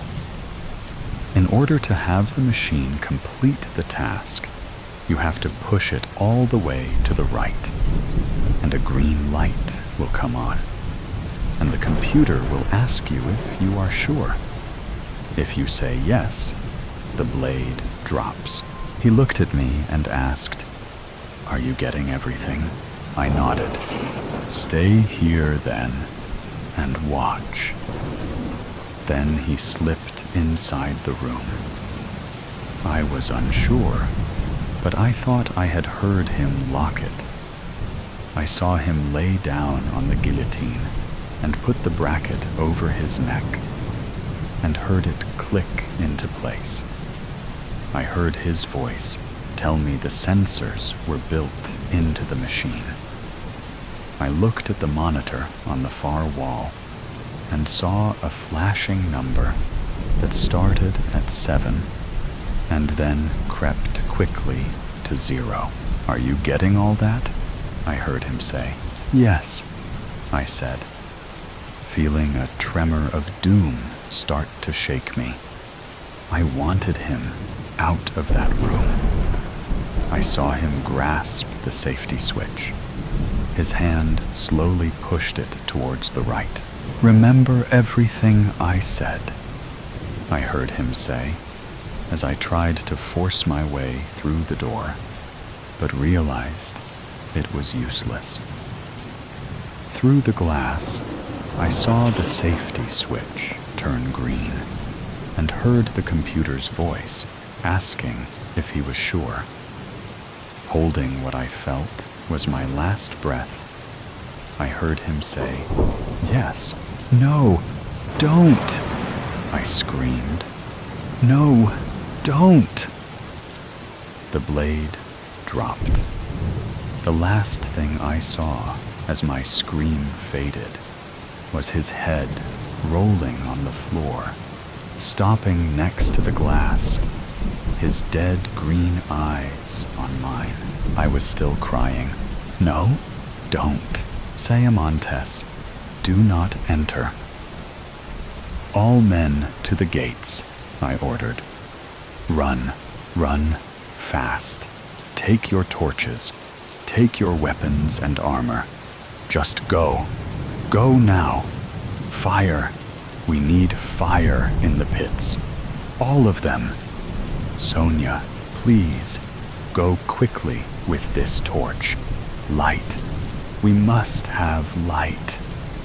The rest of you beautiful women, I depend on you to help me protect Sayamontes. Will you?" That was all I had to say, as they took action barricading the massive castle doors. It was too late when the guards alerted us. There had been a breach at our southern gate. This was unprecedented. 24 people against our population of 69. Were they stupid? Sonia approached me as I sat on my throne. "It is finished. I have set fires around the perimeter," she said. "Don't panic. Don't panic," I said to myself. Then Daniel, who was a little older than me, rushed to the throne, all covered in blood. "I made it. I made it back alive."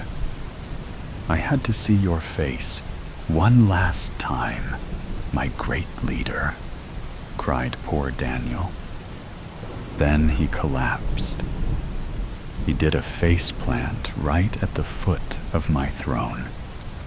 A knife protruded from his spine. Oh my.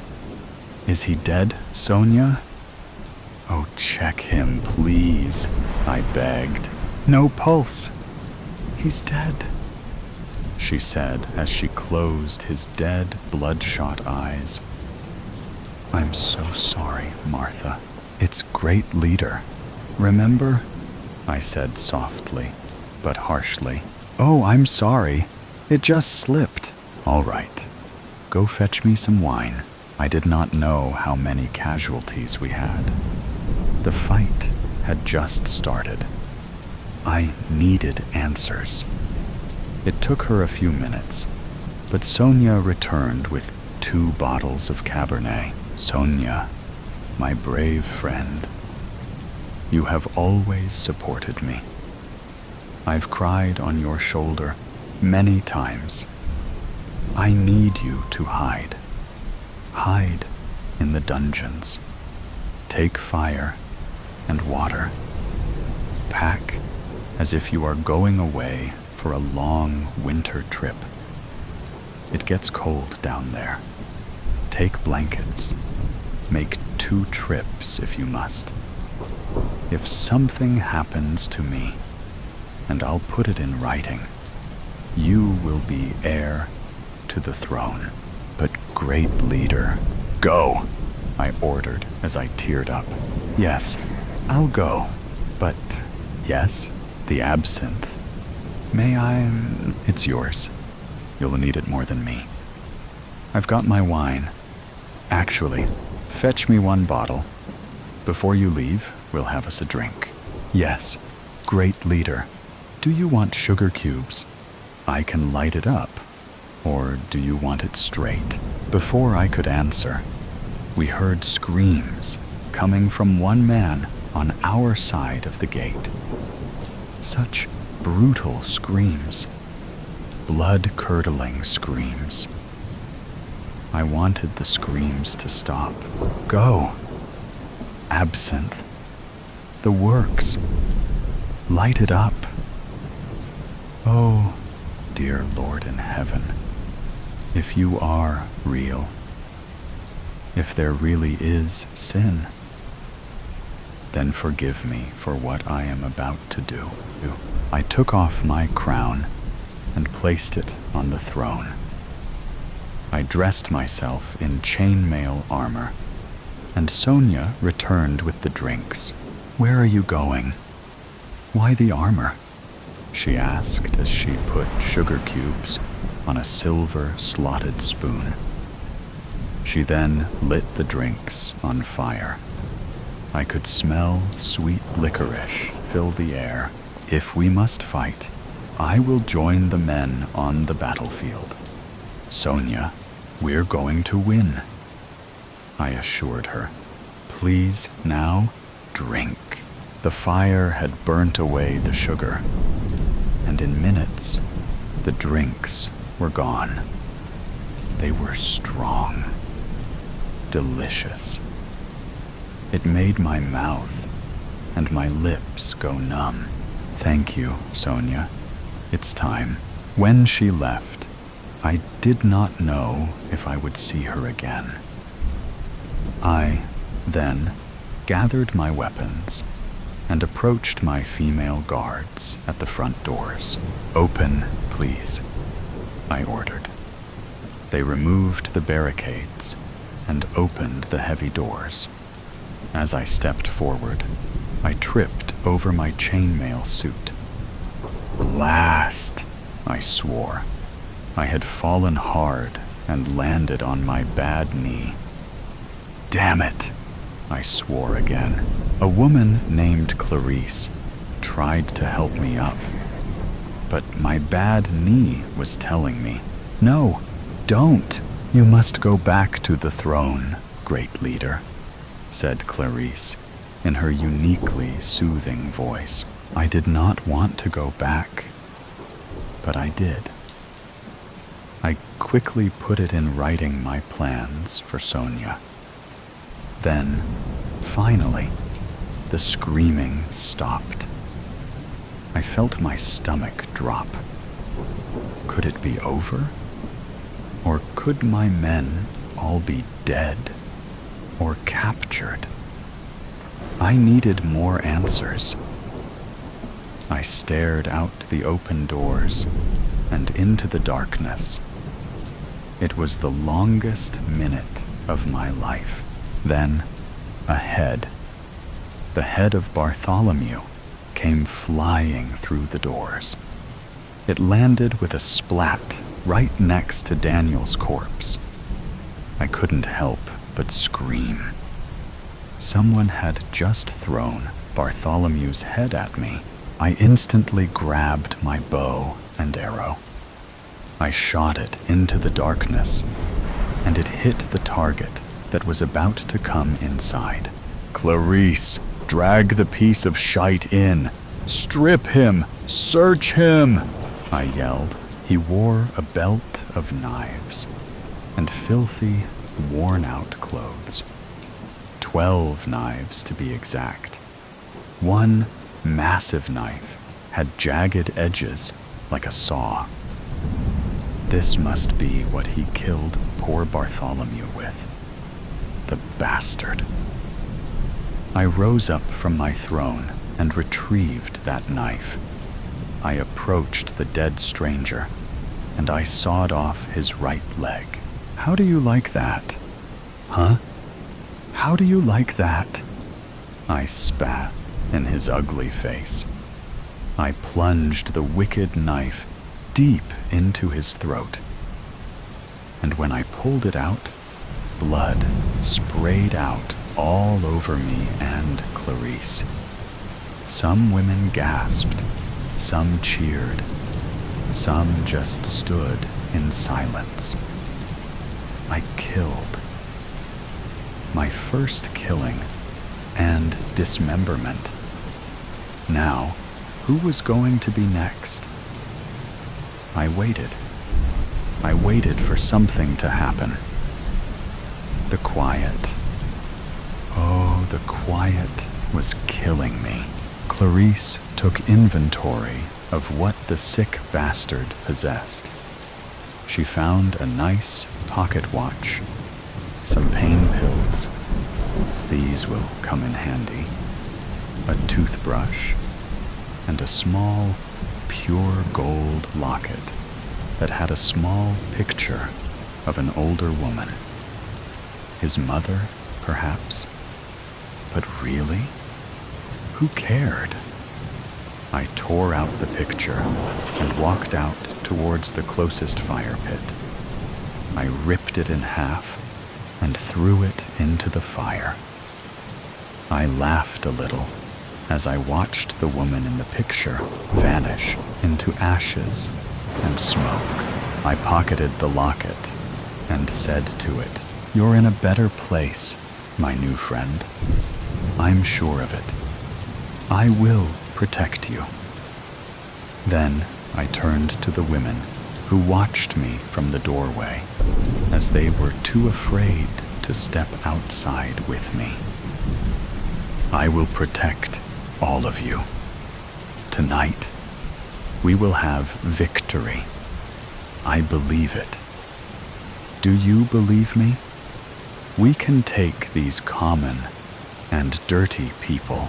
As I got closer to the women, I had them all huddle around me. I spoke as quietly as I could. "Here is what I'm thinking. We spread out around the fortress, stay close to the fire pits, as we shall light our arrows on fire and kill these common fuckers." Then it happened, and my heart just broke. An arrow flew right past me. It almost hit my head. A great assassination attempt. It hit Clarice in her left clavicle. She collapsed. "Spread out," Shields up, I screamed. Don't panic. Don't panic, I whispered to myself. No, don't! Then I heard one of the sweetest, most soft-spoken women you could ever meet. Beatrice, scream. I see them. They approach us from the south. Great leader, permission for us to light our arrows? Permission to set the skies ablaze? Women, guard your stations. Prepare yourselves for battle. Now light it up. Light up the sky. Aim. And then I heard a male's soft voice whisper in my ear, peace. You have the power to make peace. Peace. Peace would not bring back Daniel or Bartholomew. Fire, I ordered, and the spectacle was amazingly breathtaking. The arrows lit up the south side of Siamontes. They landed in unexpected areas. In the trees, in the pond, in one man's shoulder, and beyond. I counted 3 fallen men from the first round. When the flames went out, it was so hard to see. Were they charging us? Where the hell were our men? I ordered another round to be fired. Take aim at whatever moves. Fire at will, I ordered as I retreated to the bathroom to relieve myself. Even during these times, I felt it was important to be a lady. While the other women may be squatting in place, I preferred my privacy. There had to be more than a dozen men out there ogling them. There had to be. As I raced through the corridor, I stopped suddenly. I heard something behind me. Not screams, but footsteps. I proceeded cautiously, but was afraid to look back. I entered the bathroom, opened the stall door, and soon felt relief. As I washed my hands, the warm water felt good. Then, a hand covered my mouth. Don't scream. No, don't, whispered a male voice in my left ear intensely. He spun me around. It was Jacob. What a relief. Jacob was someone I cared about very much. We enjoyed our private times together. We had hot sex. He was quite possibly the best I had ever had. He uncovered my mouth and smiled at me with perfect chops. What are you doing here? I asked. The men are to guard the gates. I needed you to protect the women. I became unglued. Why is this happening? How many men have we lost? This is not okay. Why are you so calm? He grabbed both of my arms and told me to be calm, to listen closely. Daniel got a bit ahead of himself. You know how he gets excited, right? Well, he just took off, running towards the southern gate. He had his torch, and we told him to stop, to wait, but he just kept running. Then his torch went out. It was like he just disappeared. We kept moving, and we were careful not to let our flames go out. Then I heard Daniel. Oh my God. A phrase I would normally never use. They got him. We regrouped and discussed if we should split up. Bartholomew wanted us to split into 4 groups: north, south, east and west. We decided against him, and he took off running north, back towards the castle. "I've been so worried," he said as he got choked up. Apparently, he did not see the corpse and the head by my throne when he entered Siamontes. I made sure it would stay that way, at least, until morning, or the end of the battle. Whichever came first. "Jacob, I sent Sonia away to hide in the dungeons," I said as I wept. "I miss her sweet face already. She was my kindred spirit, my best friend." I took a deep breath and reached for my document I had folded and slipped into my chainmail waist bag. Jacob read the letter with haste. "What's this about her being heir to the throne? You don't honestly believe these commoners are going to kill you, great leader?" I said nothing. I hoped it would not come to that. But as the leader of my people, I had a responsibility to secure Siamontes, even through the event of my death. "Jacob," I whispered, "can we make quick love before we go back? I know it isn't ladylike for me to ask, but I keep thinking they're going to take me away, or worse, send me straight to the gallows. I know deep down that I am sterile, so even if I survive this, I will never be able to produce an heir to the throne. Oh, please, make love to me." And he did, right there on the bathroom floor. We continued until we had both been pleased.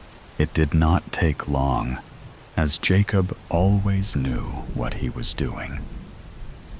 We both giggled as we left the bathroom. We were being completely inappropriate. While my people may be dying, we were making love. It was foolish, but needed by both of us. Jacob expressed he had great mental clarity after our encounter. As we exited the corridor, I gasped. "Beatrice!" I screamed. She stood in the doorway with 3 arrows sticking out of her abdomen. She stood there, solid.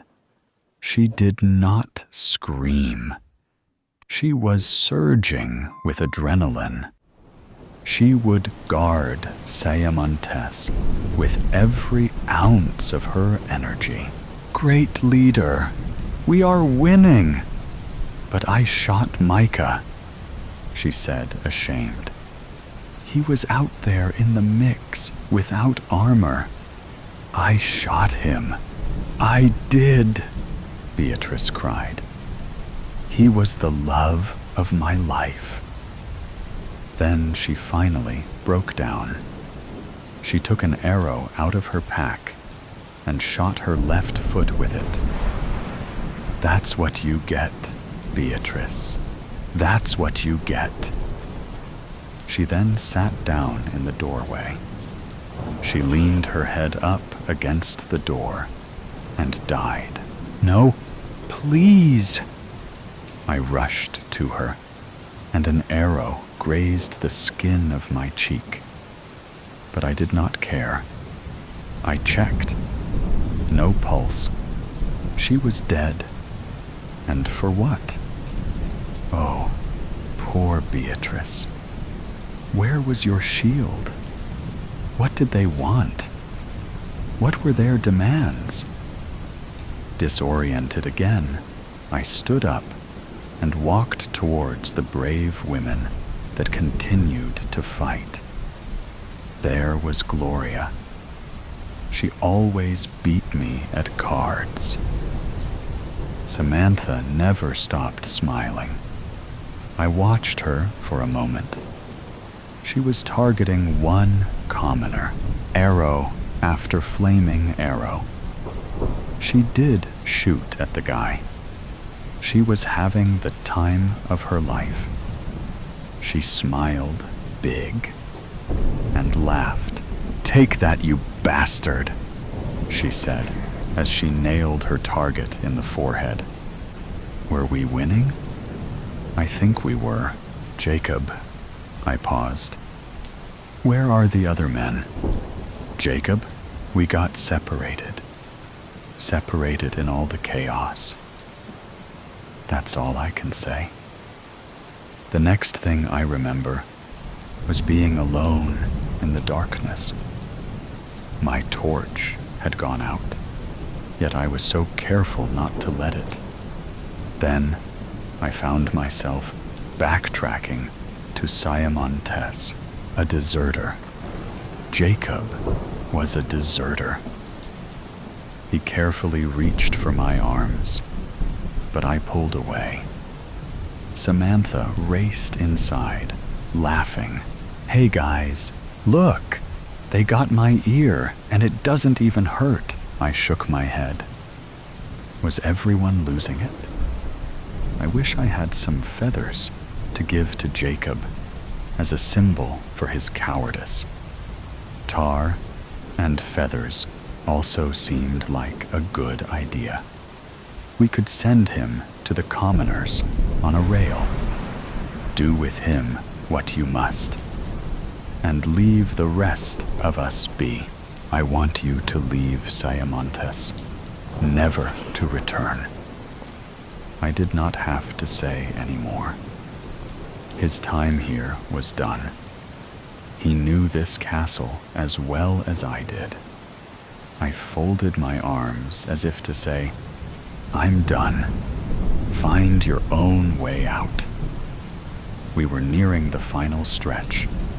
I could feel it. As Jacob fucked off, I checked on my women. One by one, I checked on each of them. "Are you hungry? Can I cover for you while you take a break?" I asked questions like that, and no one took me up on my offers. They were such strong women who wanted to stand their ground. Such loyal women. A few had fallen, and they will be missed. Celebrated even. I returned slowly to my throne. At this point, I wanted to saw off my own leg. It hurt so bad. "Siamontes," I muttered. "You shall always be mine." I heard chatter coming from the women outside. Frantic chatter, or was it excitement? "We caught one!" exclaimed Miranda, one of our oldest people. "I shot him right in the caboose. He's down there by the bridge, crying. The pathetic little cur. Come with me to go fetch him. Come on now." Usually, I give the orders, but when Miranda says to do something, you do it. She led me to the commoner.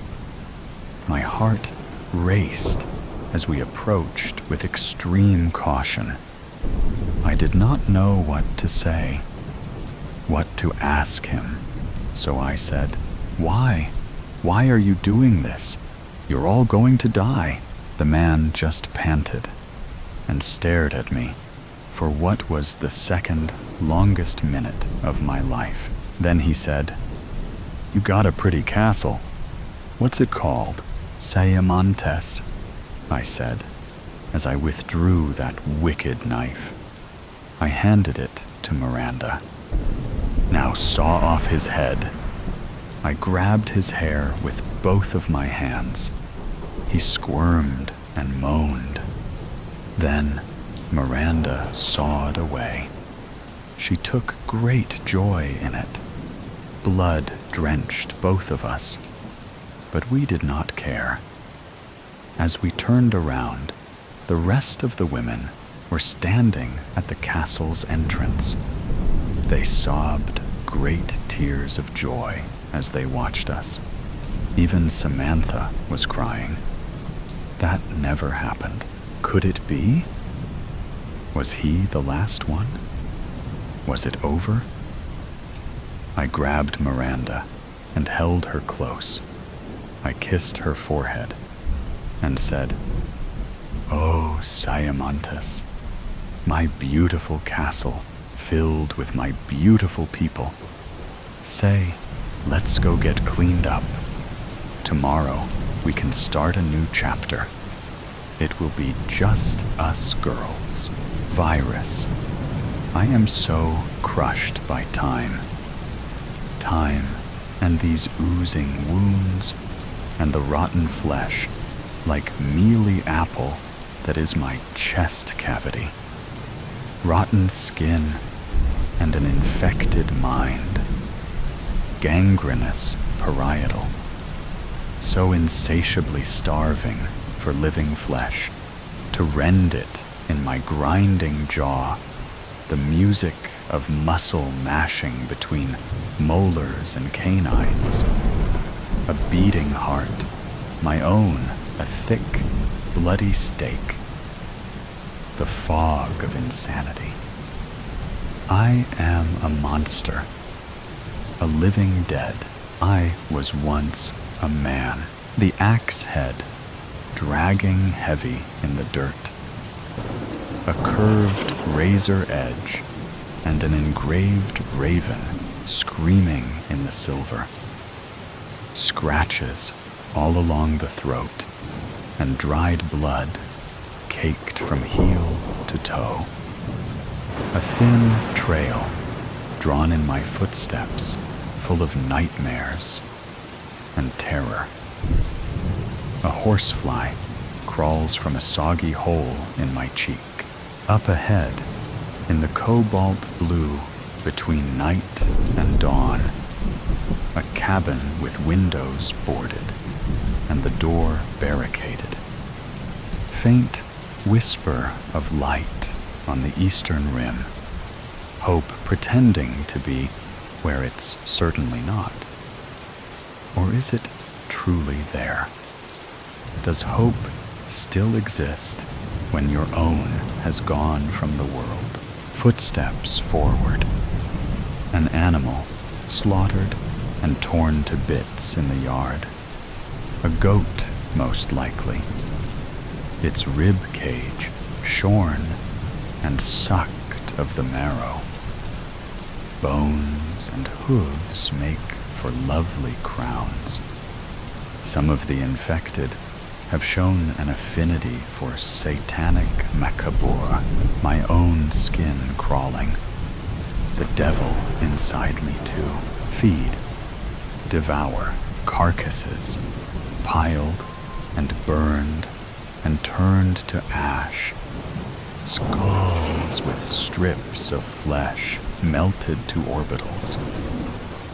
An explosive exit wound from a lonely dome rolled to the bottom of the blackened heap.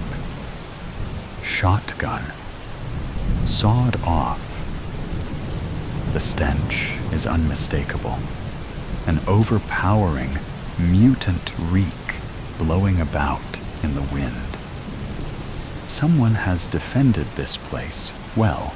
It's eerie and silent. No barn or garage. Tracks swerve backwards frantically in the gravel driveway. No vehicle in sight. A rope swing slung from the branch of an oak shivers in the breeze. Crows cry from the barren trees. They've learned not to pick at our remains. Those that do go stark mad. They attack their own, and soon the whole murder is infected. Dark balloons, writhing in the sky, plowing at high velocities into stone structures, crashing through glass and shredding themselves to feathered ribbon, Perhaps everything living is gone. No. Through the foul aroma, something else. Sweat. Blood. Tears. Feast. The wood porch groans under my feet. Rancid stumps numb to feeling. Digits cracked and twisted from wild wanderings. Everything boarded. Nothing through which to peer. I rap a knuckle on the door. Solid, reinforced with planks. Or perhaps the overturned dining room table. I make sure to stay clear of the frame. Whatever shotgun did damage to that skull could be waiting on the other side. Moments go by. Nothing. I asked Caroline to marry me in a field of sunflowers. I planned to surprise her at the peak, but the sun pouring over the ridge painted everything a warm, liquid gold and filled me with a fearlessness I've not felt since. A courage that makes old friends of forever. She paused, a petal between her fingertips, and when she turned around, I was on one knee with a little box and a ring. I didn't even get the words out. "Yes," she breathed, dropping to the ground with me, my palm circling the small of her back, her hand running laps through my hair. Brown eyes, like Kodiak fur. I press my ear to the door, raw appendage blistered by the cold, the upper portion torn away by raking fingernails. Inside, a sound wave, barely a ripple, and then a booming echo, the thundering of a grandfather clock from a time long past. What's the hour? 5 a.m.? 6? What do the hands of a clock mean when time itself has stopped? And who said it ever really began? All of us zombies back then, slaves to time, wishing we had more, doing nothing with it, the best intentions, and all of our might, and all we did was eat the world. Mind virus, mustard gas in my demented cerebral, entire battalions twisting in the mud, gasping and choking, clawing away at their necks. Quiet, solitude, a freezing morning, and a cabin in the woods. Flesh, feed, gorge. I descend back down the steps and head for the rear of the house. My eyes dart in their sockets, alert to danger. The obliterated mutants in the yard burned in my thoughts like the scorched outline of a cattle brand. A ton of ammunition to build a mountain of bodies that big. Landmines and claymores, maybe. But the car gone, and no sniper fire to greet me. A fiendish drawl of laughter leaks from me. Where else to go? The hell is all around you. The backyard, gray and dreary and desolate. Spindly trees like crooked skeletons, and a rusted weather vane plunged into the earth. A playscape with a slide and tunnel. Haunting emptiness. Abandoned next to the playscape. A purple big wheel with pink streamers taped to the handlebars, and Disney princess stickers pasted all along the back seat, ice in my fingertips, and chalk in my throat. A rupture in time, and a memory forced to the surface. Winter sunlight streaming through the living room window, and a cinnamon aroma wafting through the hall. Evergreen needles and ornaments sparking within. Icicles and candy canes and crimson hearts adorned with all of our smiles. Thrashing, tearing, ripping. The wrapping paper undone while she giggles with glee. "Wow!" she hollers, animated as a cartoon coyote losing its top. "Yay, Daddy!" She bounces up and down in the rubble, the paper crunching and crinkling beneath her, a smile on my face, and Caroline's hands on my shoulders.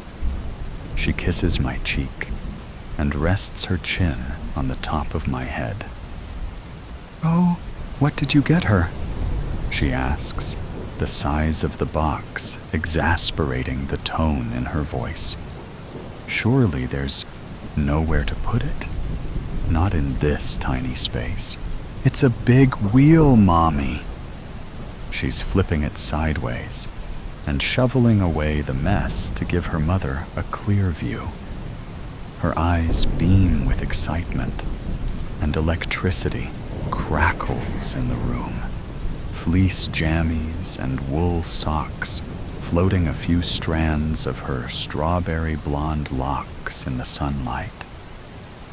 "Can we take it out, Daddy? Can we?" She tugs at my arm. "It's all right with me. Ask your mom, though.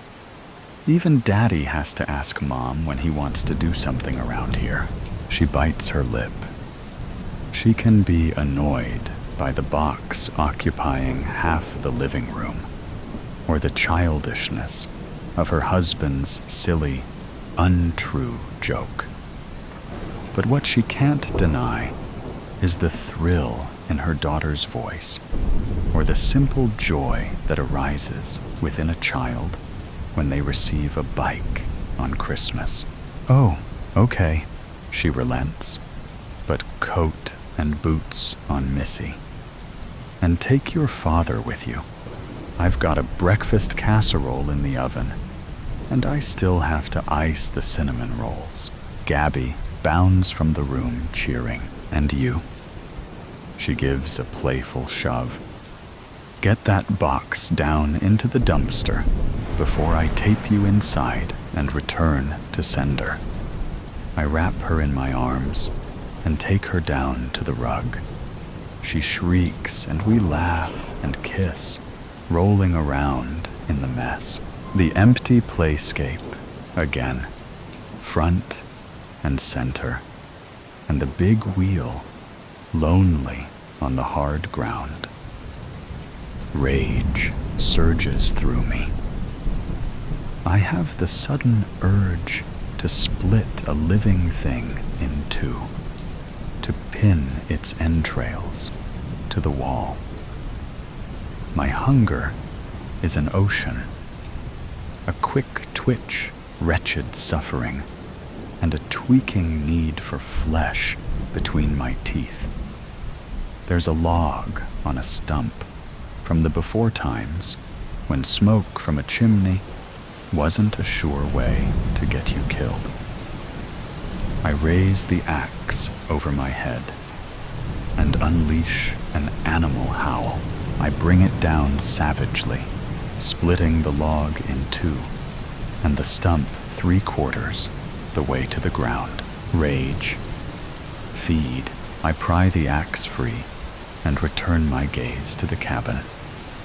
Something unexpected. The back entrance is exposed. The door's been ripped from its hinges. It lies mangled 10 yards away. Darkness in the frame. Silence.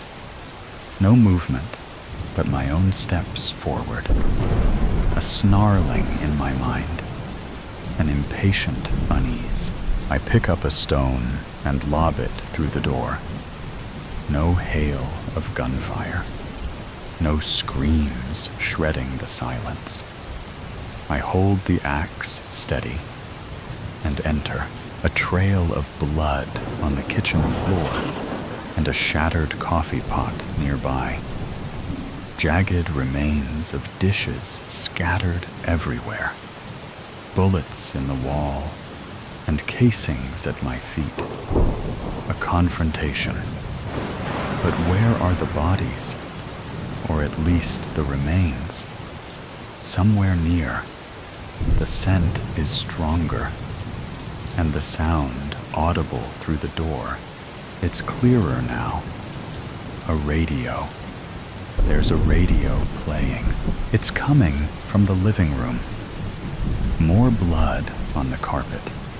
Not just droplets, but messy splatters with a darker hue. A more gaping wound. An open artery. A bigger chunk removed.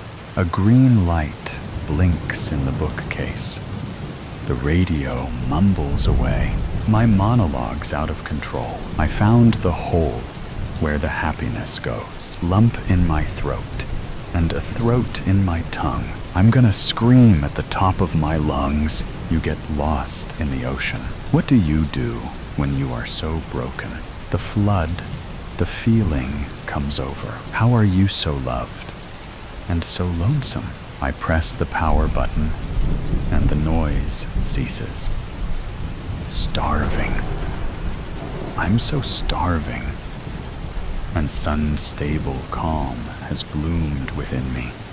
A hurricane eye still and silent, outside of which the chaos of the universe churns. A chaos untamed by the God that created it. What God?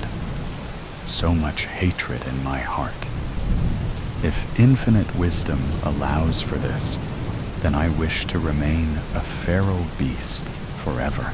Up the stairs I go. In the hallways is where I find them. An infected with its head blown off. Gushers of blood pooled in a lake around its body. Rigor mortis set in long ago. The creature's bony fingers have curled and cemented, its spine stiff as a folding board, and the smell putrid even to me. Black flies feasting on the carcass. A rat scurries from the gaping hole in its neck. The man of the house sat up against the wall at the end of the hallway. A shotgun blast through his heart. I bare my teeth and lean in for a closer look. Yellow in his eyes, in his fingernails, claw marks on his neck, infected by the thing he slew. Took his own life to avoid the fate of us. He's a weak dead, at least. No use to me. I crave flesh that's alive. There's nothing alive here. I reach into his pocket and find an unused shell. I slot into the shotgun and tuck the weapon under my arm. I descend the stairs and head back outside. I make for the woods behind the cabin. Maybe I can kill a buck and drain its blood, enough to sustain me while I hunt. Icy dew on the hard ground. It cracks beneath my steps. I stop in my tracks, and a hellish grin spreads slowly on my cracked lips. What a gift of the virus. The nose of a bloodhound. The scent has returned. It possessed me. makes my blood boil. I follow it, saliva dripping from my chops. Thump, hollowness beneath me. I roll onto my toes and then back on my heels. A creaking, and then a soft whimper. I can hear the blood rushing in their veins. My rain blows down upon the concealed cellar door. Screams that curdle the air, and animal fear that only presents inches from death. I jam my heel into the destroyed wood and rip the pathetic thing from its hinges. I descend down, feeding time, a woman in tears and shaking uncontrollably. The virus propelling me forward like a demonic puppet. So dark in here, just a single lantern, and still barely any light in the sky. My jaw ready to clamp her throat, a whimper beneath her breast. A child, a girl, 2 years old, time swirling backwards again. Terrified screams, creatures tearing through our home, crawling on the walls and ceiling. Caroline sprints to the truck, Gabby bawling in her arms.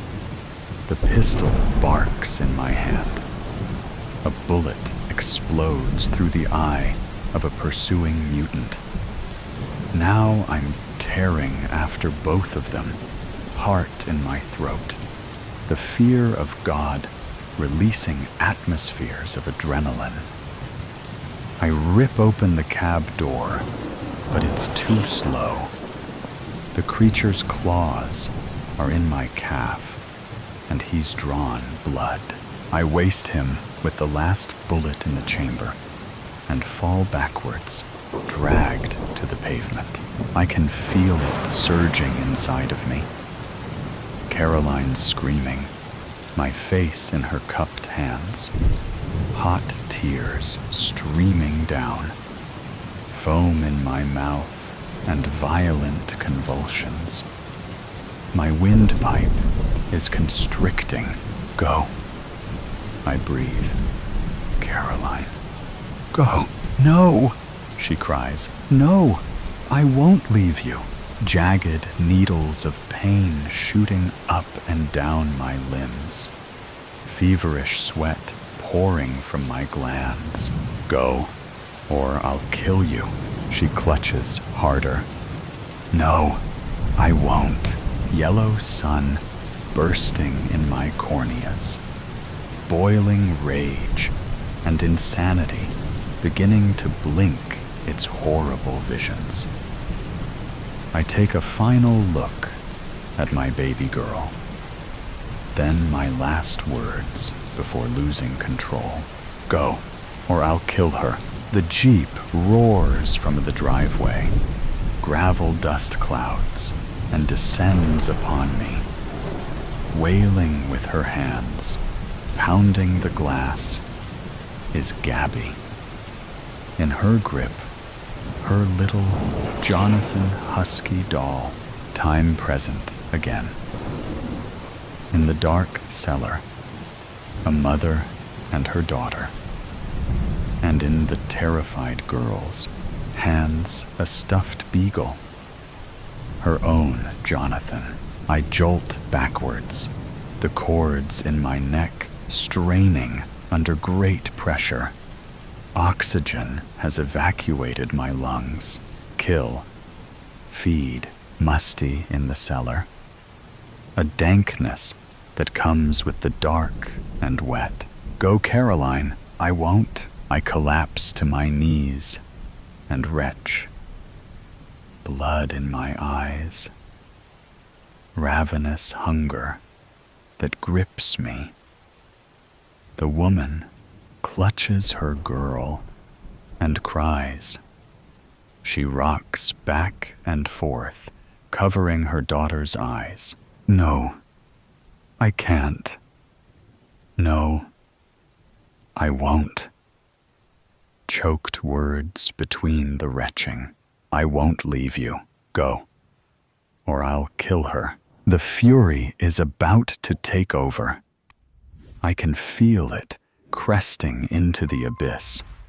One last shred of humanity inside me. My daughter's eyes in my soul. I clasp the shotgun and slide it, panicked, across the cement floor. "Do it!"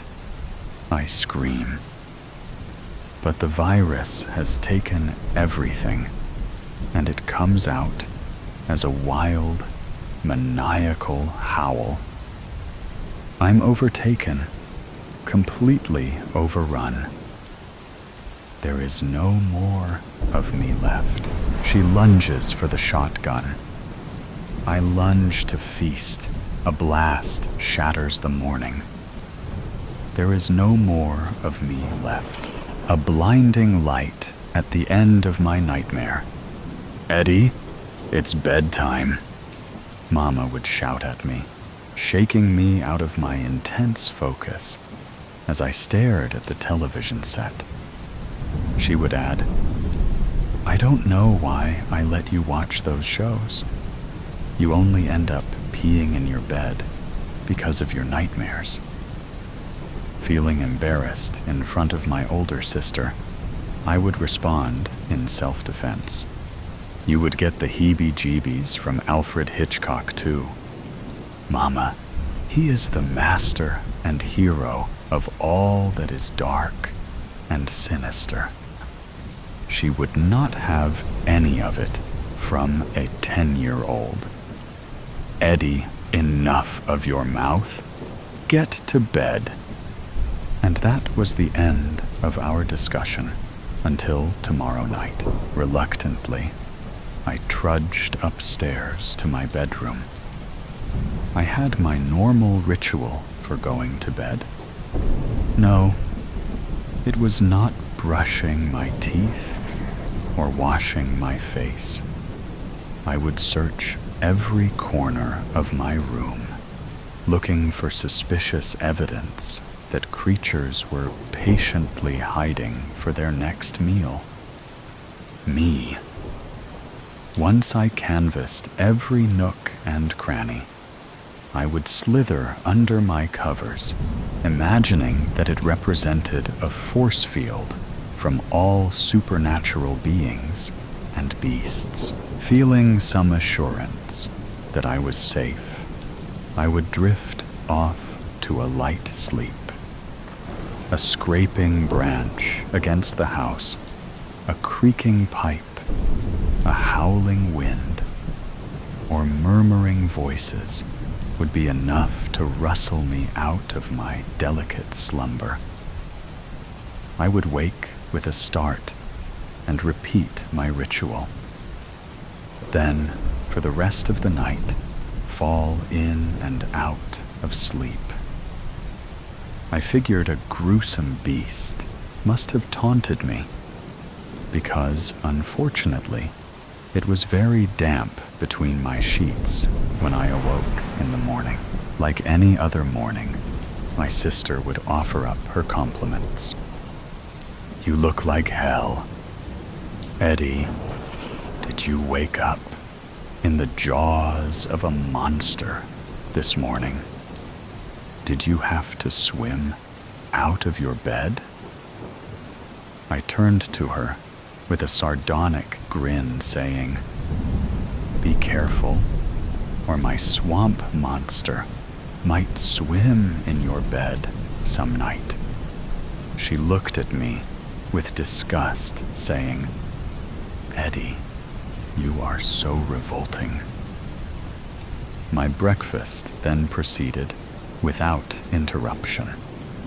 However, this morning would be different. After my sister left for school, my parents decided to have a heart-to-heart talk about my viewing and sleeping habits.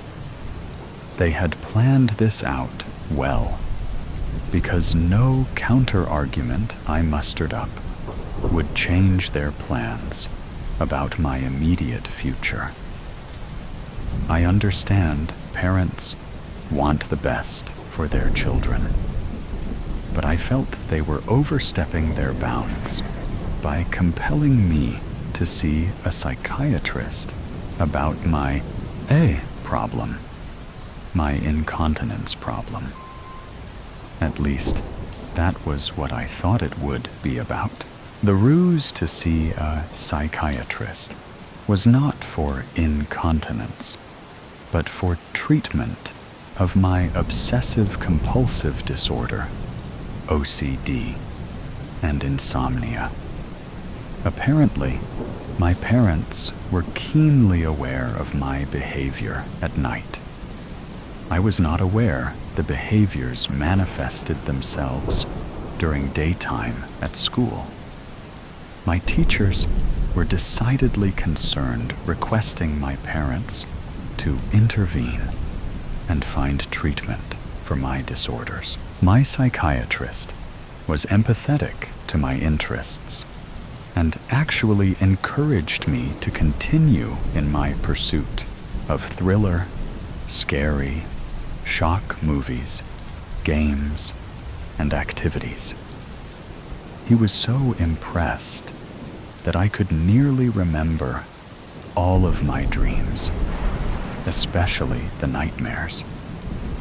Nonetheless, he prescribed some medication to help tone down the OCD tendencies.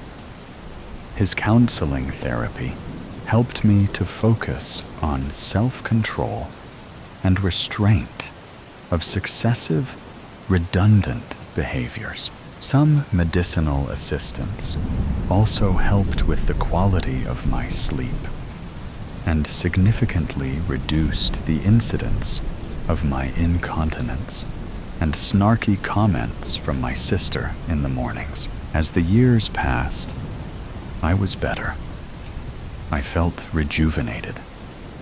I was able to manage my thoughts and actions even when I immersed myself in my hobby of collecting horror movies, stories, and the like. My dreaming remained vivid. Occasionally, I would wake during the night in a cold sweat. No night terrors. No hysterical yelping at night. Some of my dreams I would not remember the next day. Nonetheless, there were a few dreams over the years that plagued me. Most were insanely comically, like an elephant falling out a skyscraper window, landing directly on top of me. Another version had an upright piano doing the same thing. Still other crazy times had killer cows or piranha fish walking on land stalking humans. Nightmares with zombies, ghosts, or ghouls did not upset me. What was extremely disturbing to me was not knowing the source of the terror or evil. One such time, the gruesome source was found in a howling wind, which would transform itself into an array of terrifying beings, creatures, and nondescript things like a smothering ooze. I questioned why this malady of nightmares still plagued me. It was after such reflection on my condition, I decided to make good use of this nocturnal problem. I focused my career on writing horror stories, potential movies, frightening, dramatic plays. I became so good at my skills, I had the audacity to self-publish several stories.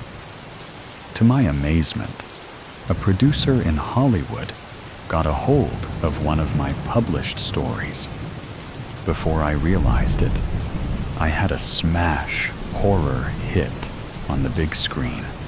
and a job creating, writing, and directing all kinds of media horror. I had made it to the big time. Blinding lights flashed all around me as cameras captured my profile at my film premieres. My fiendish ideas were making a huge success and making me rich. I was still actively struggling with my insomnia despite my success. A deep sleep was rare for me. I shrugged it off as a consequence of the pressures of Hollywood and being recently married to a harlot of a wife. I shared with my therapist about how gruesome and sinister my nightmares had become. Yet, I justified those nightmares by citing how they were good fodder for my films and future ventures. I remained undaunted as I counted my gold. My career was literally driving me mad with ghoulish creativity. After all, they were just dreams. Maybe bad ones, but just dreams. They would remain in an ethereal state of mind until I gave them life. Already, the holidays were knocking at the door. In Hollywood, one determines the seasons by the storefront displays on Rodeo Drive and Melrose Avenue. Christmas was a mere month away. I was hoping this year the holidays would provide a peaceful respite from the hustle and bustle of shopping, my dreams, and all else. I was looking forward to the splendor of the season, bringing me some peace and much needed rest from my constant night terrors. A few friends tried to coax me to attend church services to aid in my recovery. I declined. Churchy stuff was just not on my agenda this or any holiday season. With the house decked out in a few feeble decorations and no annoying carolers singing at my door, I decided to cozy up in my recliner for a peaceful nap, or so I thought. All of the pressure of my job and the haunting dreams had taken its toll on my body. I fell asleep instantly. I am not sure how much time had passed, but I awoke to a strong smell of sulfur, followed with a blast of very hot air. I felt something was wrong as I rose from my recliner. At first, I thought it might be a fire, but my immediate surroundings were strangely altered. Any light in the room quickly faded. It was nearly pitch black. A pinpoint of light emerged from a distance. It grew larger as it advanced toward me. Strangely, the light spoke to me. From the day you entered this world, and now to your grave, your soul has been marked for me. This is the beginning of eternity for you. You are now my child of the darkness. You are now a prisoner in my realm of depravity, defeat, and despair. Your soul is a good fit because of your perverted thoughts and sinister desires of your corrupted heart. I was stunned. I stammered out a question at the light. Who are you? And why are you visiting me? I heard clattering noises and voices in the background. The light said, I have several names. I am known as the day star, the morning star, Lucifer. In a bellowing, prideful voice, it said, I am the accuser.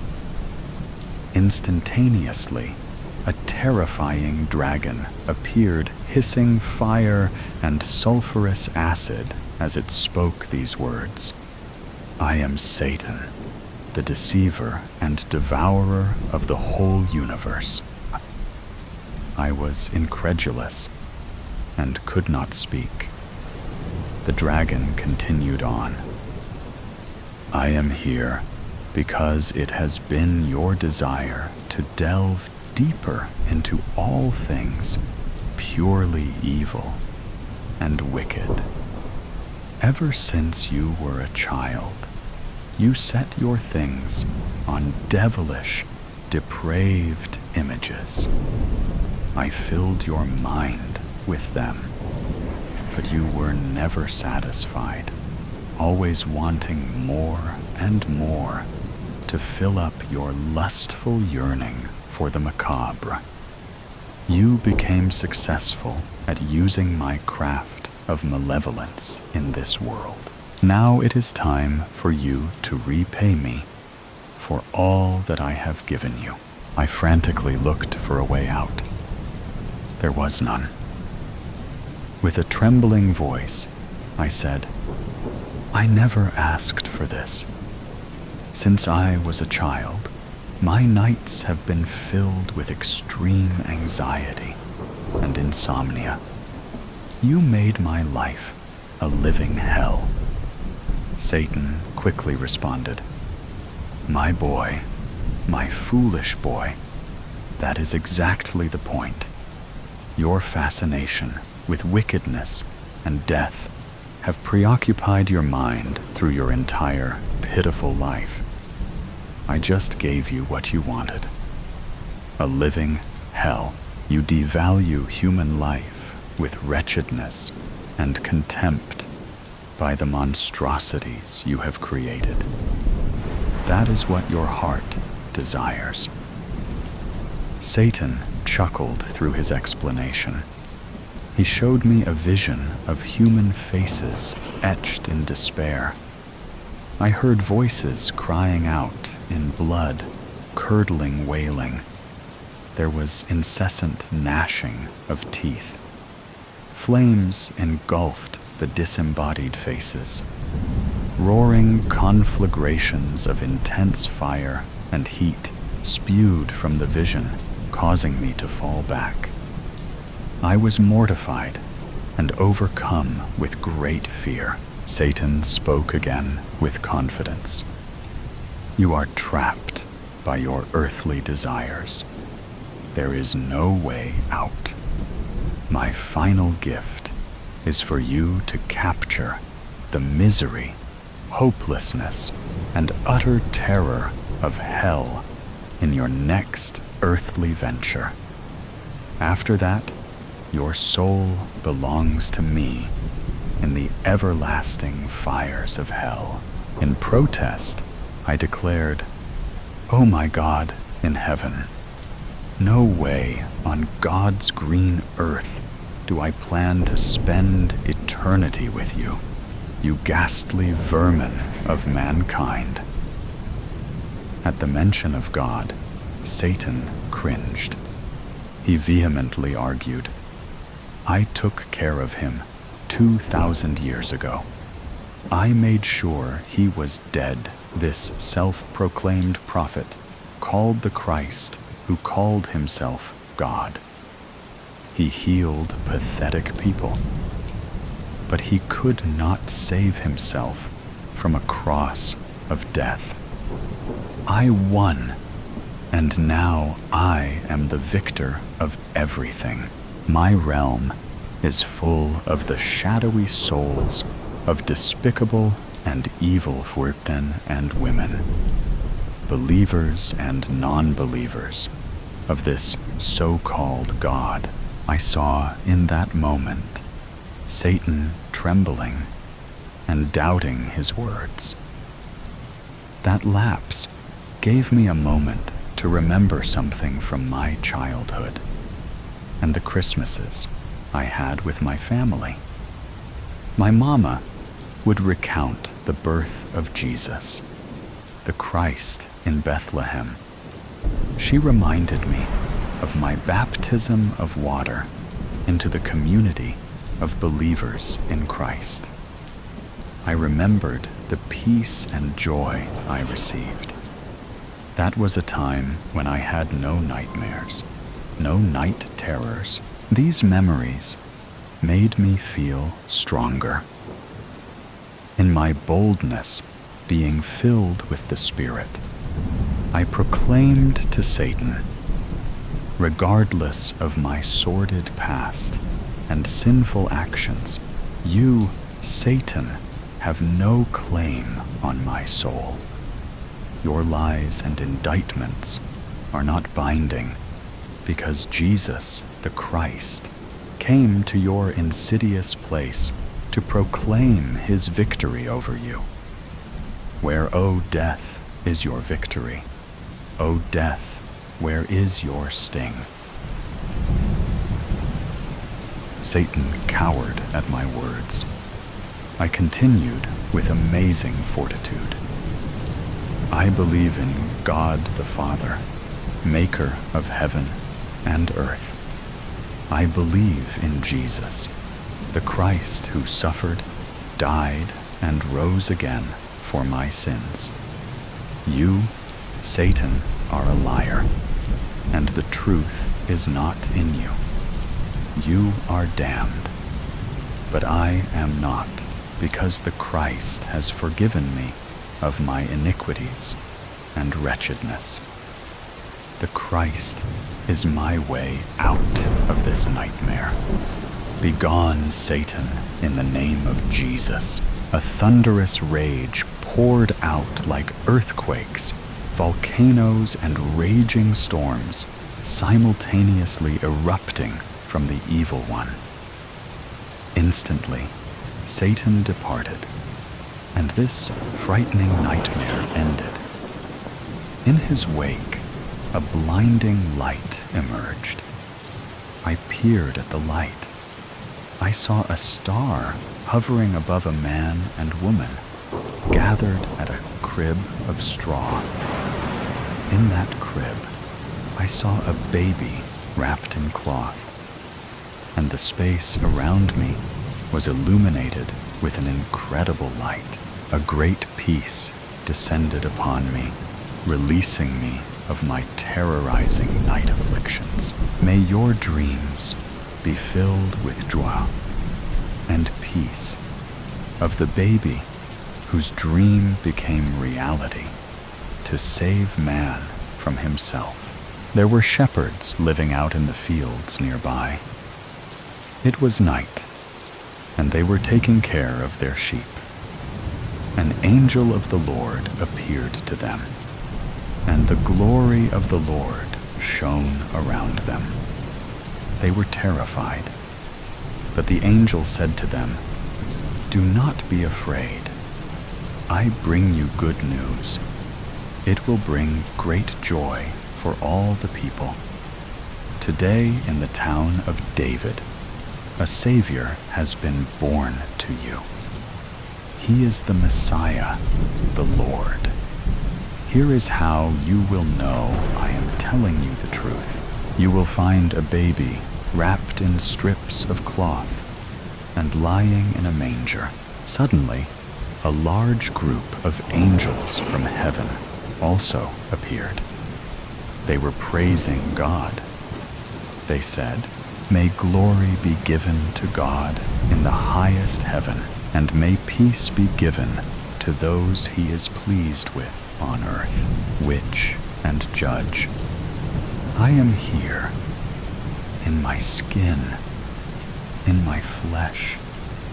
My spirit clings to the body, not as a vessel, but as a home, and I will not be moved." I repeat the watchwords against division, clutching someone else's rosary. I repeat them. My nails grasp at a different bead, any other bead. My hands forget everything in their cloying desperation for the comfort of a warm wooden anchor. My eyes are drawn away from me. The tears do not help. I cannot see, but then I can. Judge is heaving a great piece of wood, striped orange and white. His back is hunched, and his feet struggle against the splintered wooden barrier. His mouth is statically agape, and his face does not contort or demonstrate any recognition of circumstance. He is the unaffected Tasky, and the last 3 feet of his unwieldy plank strike me from the shoulder to the ground. I am dead. I am clutching the rosary again. My spirit quiets as I reflect on the anger of the grotesque monster I inhabited. He drove a cab for tourists before this country fell into ruin. 3 sons, 4 daughters, and a dead wife, a widower who had not given thought to a better alternative. The cabin of his vehicle was a presentation: ash-colored cloth seats without stain or spot, and 2 complimentary water bottles protruding out of the door cup holders made an effort unmistakable. His ethos was not so much a blunt acceptance of reality as a cold disdain for wishful thinking. All of this poured into my heart as I spent the last few seconds of his life with him. And now I am here, and the door scrapes against the dirt towards me, creating a small mound as it goes. I am not a small woman, but Judge is a tall man. He is an oak that has grown straight and uniform, its roots deep under the earth, unexposed. When I look into his brown eyes, exposed by the sunlight, now reflecting about this pale, wooden shed, I see a stern father. It is all in how he creases his eyebrows. "Are you okay?" he asks me, still clinging to my borrowed rosary. I stand up. My spirit clings to my body with renewed vigor. The vague pain of loss that always reminds me of my husband starts to fade away. It is a beautiful feeling, the body reunited with the spirit like long-lost lovers. 2 co-inhabitants, not 2 halves. But it doesn't go away completely, though my spirit is quieted. All of this in the 30 seconds it takes for me to rise, arthritic pain searing my hip. "I am all right, thank you," I say, ginger but proud. He does not carry that large piece of wood anymore, but his hands have the blisters to prove he once did. He does not want to show it, but he looks tired, and the bulging plastic monster on his back, carrying all of our supplies, seems to make it worse. He needs to rest. I am really feeling quite at peace. Perhaps we should rest. He seems to have difficulty understanding what I am saying. His eyes are fixed upon a small hole in the corner of the shack, where something has dug up the dirt foundation. It is good to rest here. His gruff voice and Italian accent remind me of an old Don from a mafia movie who spoke wistfully of the old country. But he lacks any of the charm or familiarity. His breath is still heavy. The rising and falling of his chest is easily seen through his fleece jacket. His mouth is slightly agape, as though it only existed for the intake and expulsion of air. He blinks again. Then finally, there is motion. He does not spring into action. He slowly rolls his shoulders, and the large backpack falls to the dirt on its bulging pockets, rolling back and forth like an upended turtle. I strongly believe in the importance of polite conversation. It is the only contribution I can make given my infirmities. What wondrous weather it is. He begins to unroll the sleeping bag. It is for me, of course. He is ever the gentleman in that way, at least. Was it a joy to have such weather in your youth? The sleeping bag haphazardly sprawled on the ground. He takes out a portable stove. His hands seemed designed to break the little dials. Yet he turns it with shaking fingers and a hunched back, like a chef garnishing his signature dish. Perhaps you might tell me something of the flowers here. A special kind your mother preferred? I am quite shocked he has ignored me here. That kind of question is bound to get an emotion out of even the most stalwart Presbyterian. Alas, nothing. He opened the can of soup with his Swiss Army, and that means it is almost time for bed. And for the debriefing, of course. We are only one day from Monteriggioni. We have no food left. We have 1 liter of potable water. The terrain will not be difficult. The elevation will be difficult.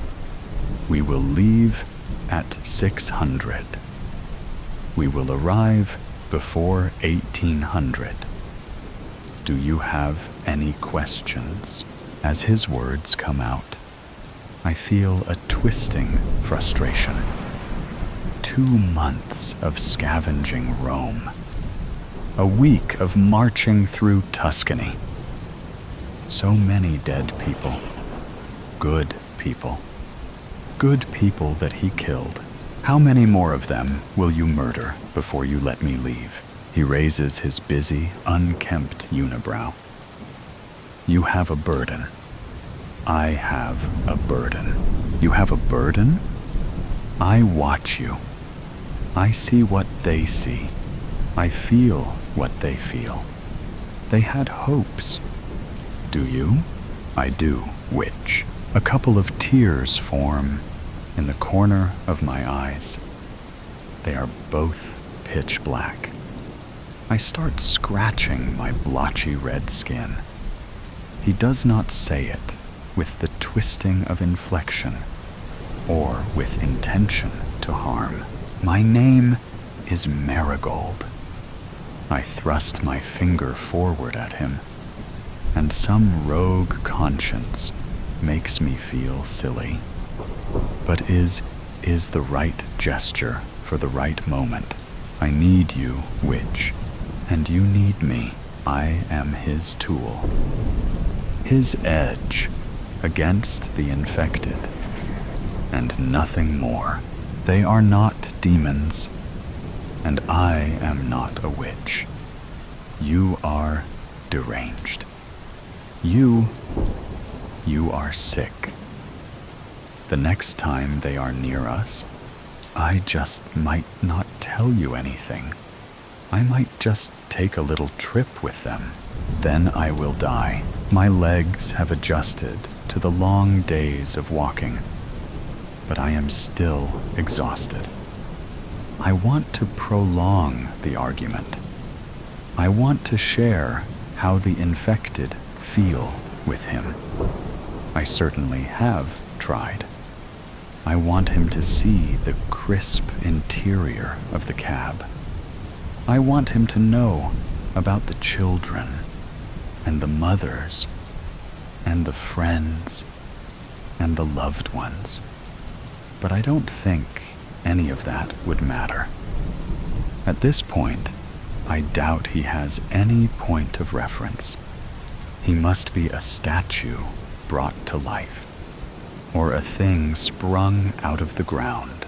I fall asleep. I am moving. Quickly. Faster than I ever have. I am hungry. Starving. Grass touches my face, springing backward as easily as forward. My paws leave no evidence in the dirt. I dig a little. My back scrapes against wood, and it hurts. I have to eat. I bite something. I awake to a shout. I cannot see. It is too dark, and our flashlight turned out weeks ago. We had hoped to find a new one at this Monteriggioni. I feel around on the dirt. Something bit me. A mouse. Demon. Judge is infected. I did not wake up. Why did I not wake up? You will kill me. It is still dark. I still cannot see. I feel something rubber, indented, grooved. Judge's shoe. I feel something jouet. Something furry. The mouse. Dead. Hours pass in silence. I cannot go to sleep. Judge has hours, and almost all of them will be spent in darkness.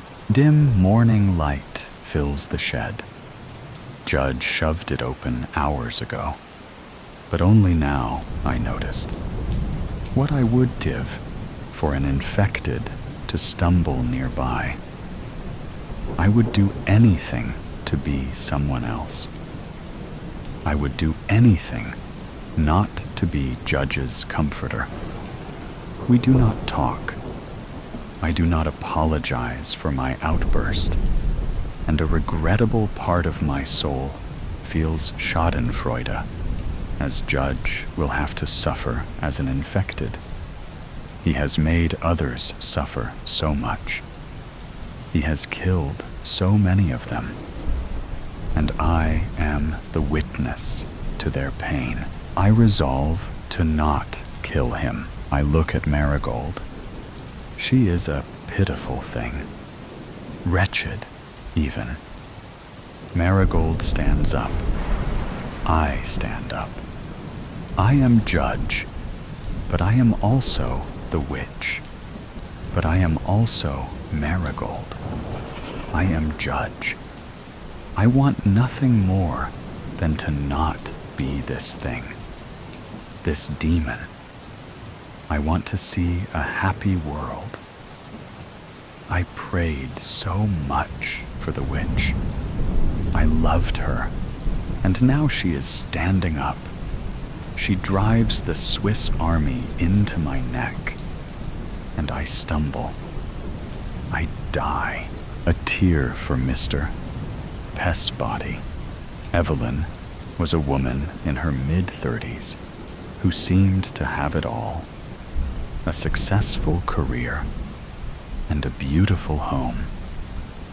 But despite her outward appearance of happiness and contentment, Evelyn was constantly battling demons within herself. From a young age, Evelyn had always been a perfectionist.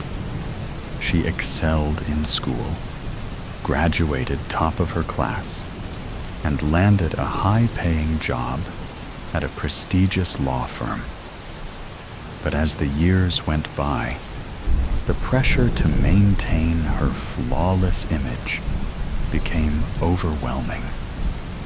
She was constantly striving for perfection in every aspect of her life, fearing that any sign of weakness or failure would shatter the facade she had built. One fateful day, in a moment of sheer desperation, Evelyn fled her office and drove aimlessly. The long highway stretched out before her. Evelyn's journey was not without its challenges. The rhythmic hum of the engine and the gentle whir of the tires on the asphalt were the only sounds that accompanied her. She found herself contemplating the choices that had led her to this point. As she drove down the long highway, occasionally she would drift over her lane, and she would hear the honking of a car horn.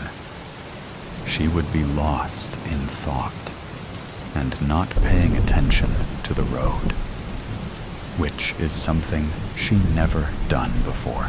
Evelyn was a very good driver. She did not know what was going on. I need to stop this and get my mine back on the road before I kill myself of someone else. Her headlights illuminated the highway, casting long shadows across the landscape. She had been driving all day and well into the night.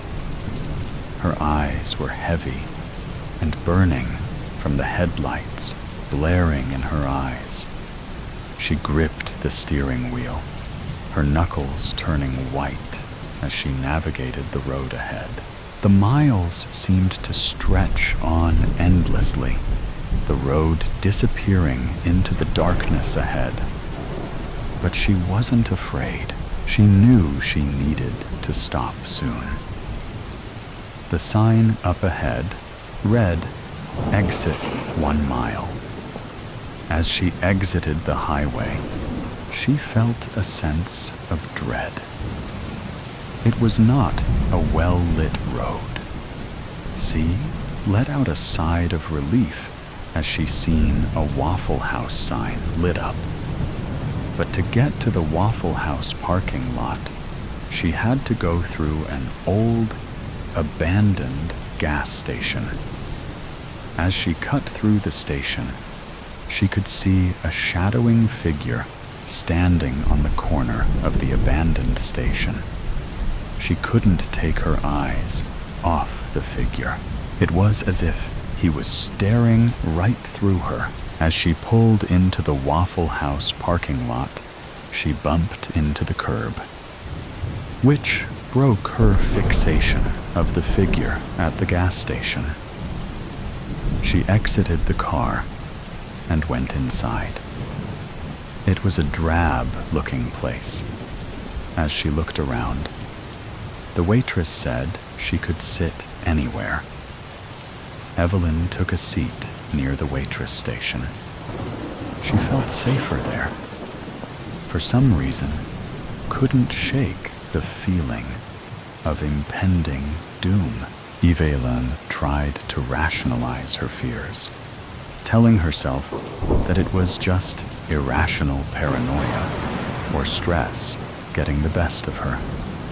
But deep down, she couldn't shake the feeling that something terrible was about to happen.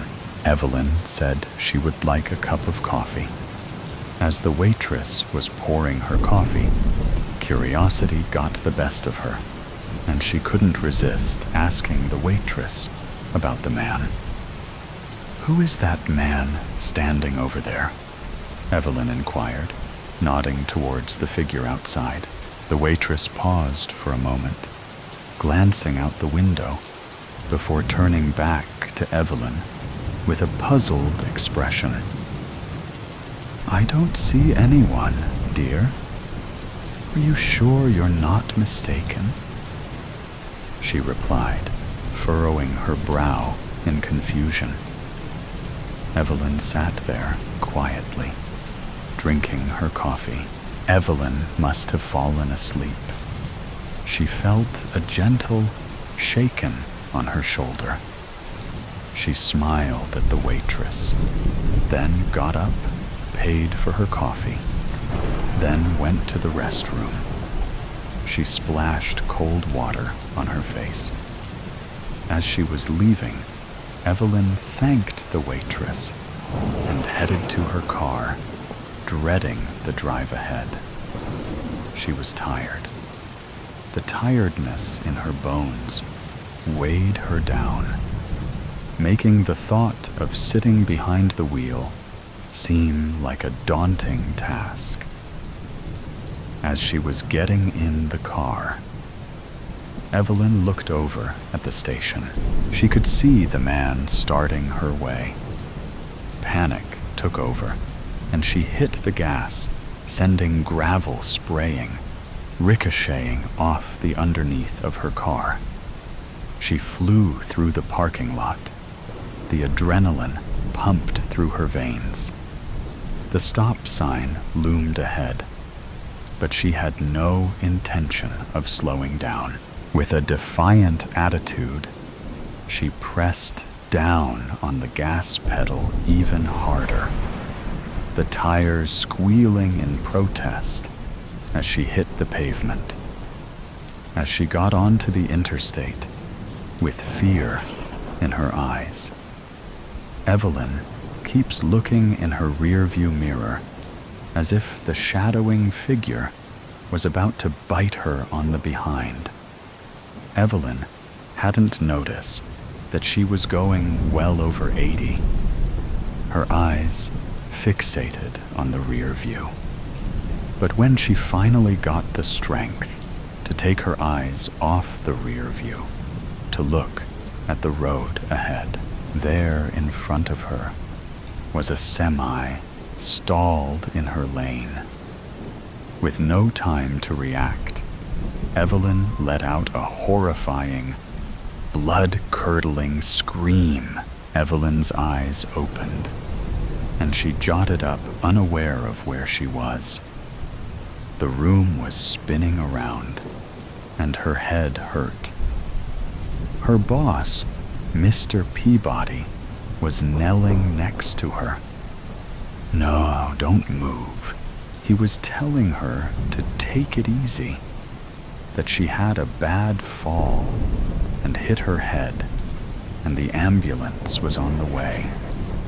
All of a sudden, Evelyn grabbed his coat with both hands and blurted out, it was all a dream. Then her eyes slowly closed, and her grip loosened. She became limp. Mr. Peabody carefully lowered her down. The ambulance hadn't made it in time. She was gone. With tears streaming down his face, he bent down and gave her a kiss on her forehead. Then he pulled the blanket up over her head. As he sat there with his heart breaking, regretting that he never told her that he loved her, the burial of the bottle. It was a hot summer evening when the doorbell rang at Steve's residence. Carol, a young and ambitious journalist, stood on the porch, her eyes filled with a mixture of determination and unease. She had been investigating a sensitive case for months, and the trail had led her to this unassuming suburban home. As the door opened, Carol was greeted by a middle-aged man, his face etched with a weary expression. "I'm Carol, the journalist from the Daily Tribune. I was hoping to speak with you about a matter of great importance." The man hesitated for a moment, then ushered her inside. "Come in, please. I've been expecting you." Carol followed him into the living room, her senses heightened, aware of the gravity of the situation. He gestured for her to take a seat, and she obliged, her notebook and pen at the ready. "I know why you're here," he began, his voice low and somber. "The truth is, I've been dreading this day for a long time, but I suppose it's time to finally come clean." Carol leaned forward, her eyes fixed on the man before her. "I'm listening. Whatever you tell me, I promise to handle it with the utmost care and discretion." He took a deep breath and began to recount the events that had unfolded years ago. Events that had haunted him ever since. It had started with a simple mistake, a moment of carelessness that had spiraled out of control. Steve, a respected accountant in the community, had been tasked with overseeing a large financial transaction for a client. In a moment of weakness, he had succumbed to temptation and diverted a portion of the funds into his own personal account. At first, he had justified it to himself, telling himself that it was a temporary loan, that he would pay it back before anyone noticed. But as time passed, the guilt and fear began to consume him. He knew that if the truth were to come to light, it would not only ruin his career, but also shatter the trust of his family and the community he had worked so hard to build. As the months turned into years, Mr. Steve lived in a constant state of anxiety, always looking over his shoulder, terrified that the truth would eventually come to light. He became withdrawn, his once vibrant personality replaced by a haunted, guarded demeanor. "I thought I could get away with it," he confessed, his voice trembling. "I thought I could make it right. But the more I tried to cover it up, the deeper I sank. I became a prisoner in my own life, always afraid that the walls were closing in." Carol listened intently, her heart heavy with the weight of the man's confession. She could see the toll it had taken on him, the years of guilt and fear etched into his features. "What happened next?" she asked gently, her pen poised to capture every detail. Mr. Steve's gaze drifted to the window, as if he were reliving the events in his mind. "It all came crashing down one day when my client discovered the discrepancy in the accounts. He threatened to go to the authorities, and I knew I had to act fast." He paused, his hands trembling slightly. I made a decision that I will regret for the rest of my life.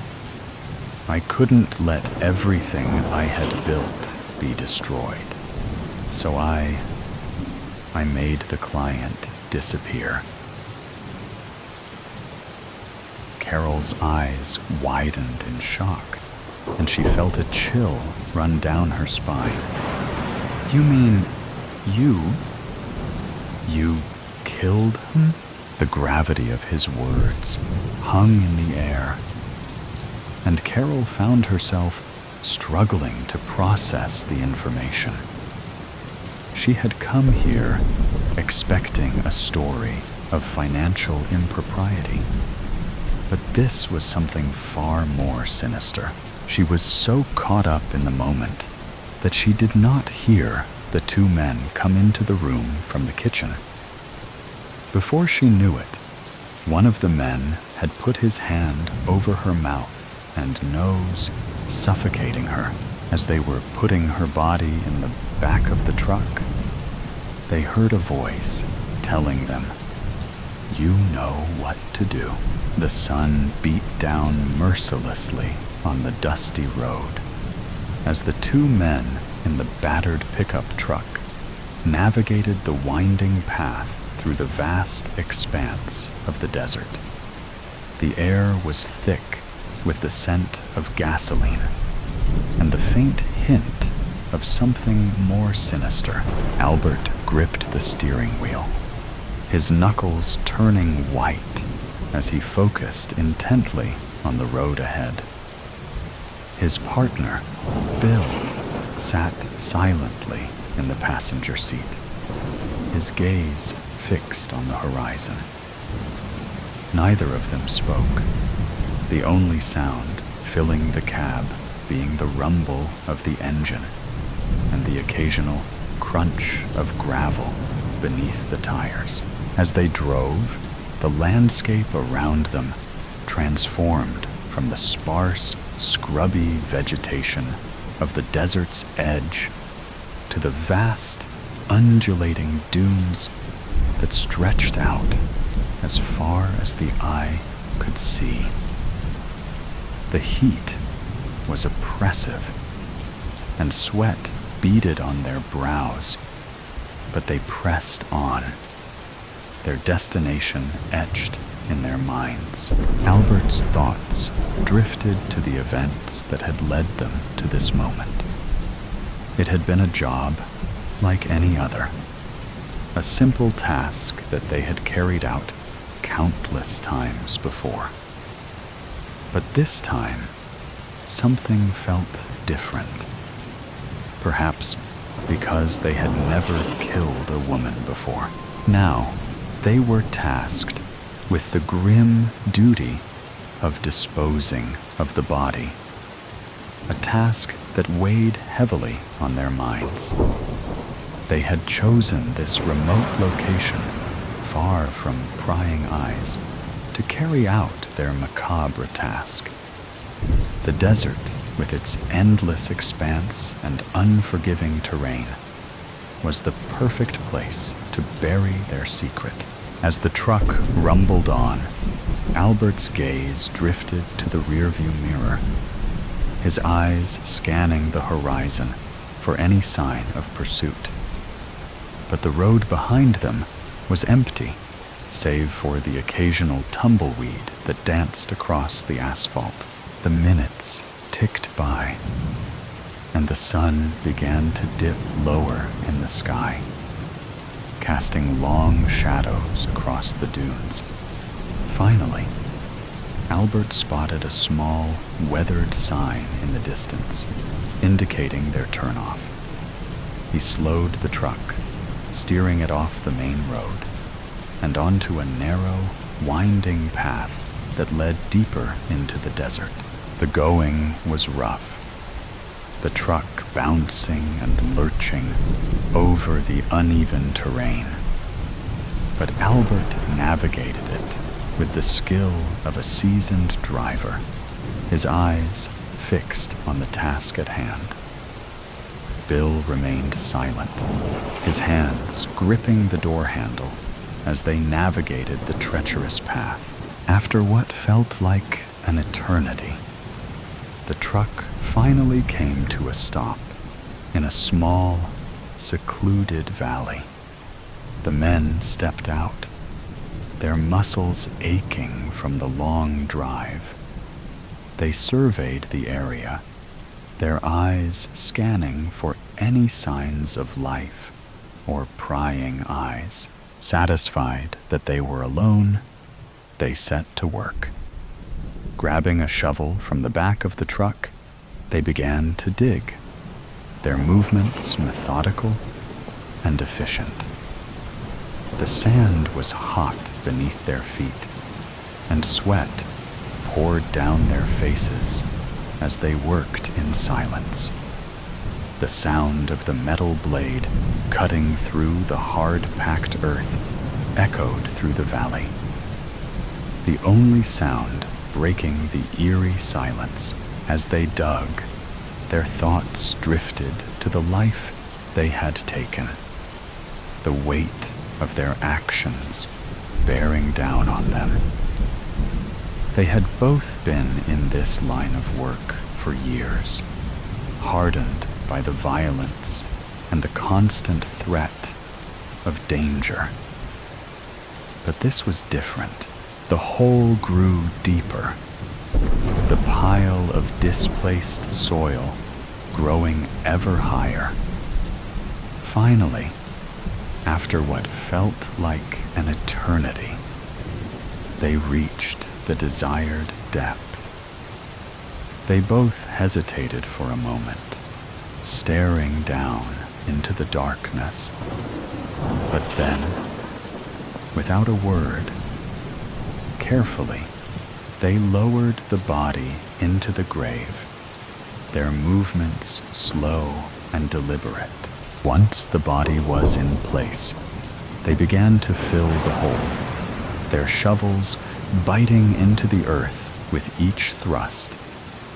The task was arduous, the hot sun beating down on them as they worked. But they pressed on, driven by the need to erase any trace of their crime. As the last of the soil was packed down, they stepped back, surveying their handiwork. The grave was indistinguishable from the surrounding landscape. The only sign of their presence, the faint tracks left by the truck. Satisfied that their task was complete, they turned their attention to the final step, the burial of the bottle. This was a ritual they had performed countless times before, a way to mark the end of a job and to ensure that their secret remained hidden. Carefully, they dug a small hole at the base of the grave, just large enough to accommodate the bottle. They placed it inside, the glass glinting in the fading light, and then covered it over, ensuring that no trace of their presence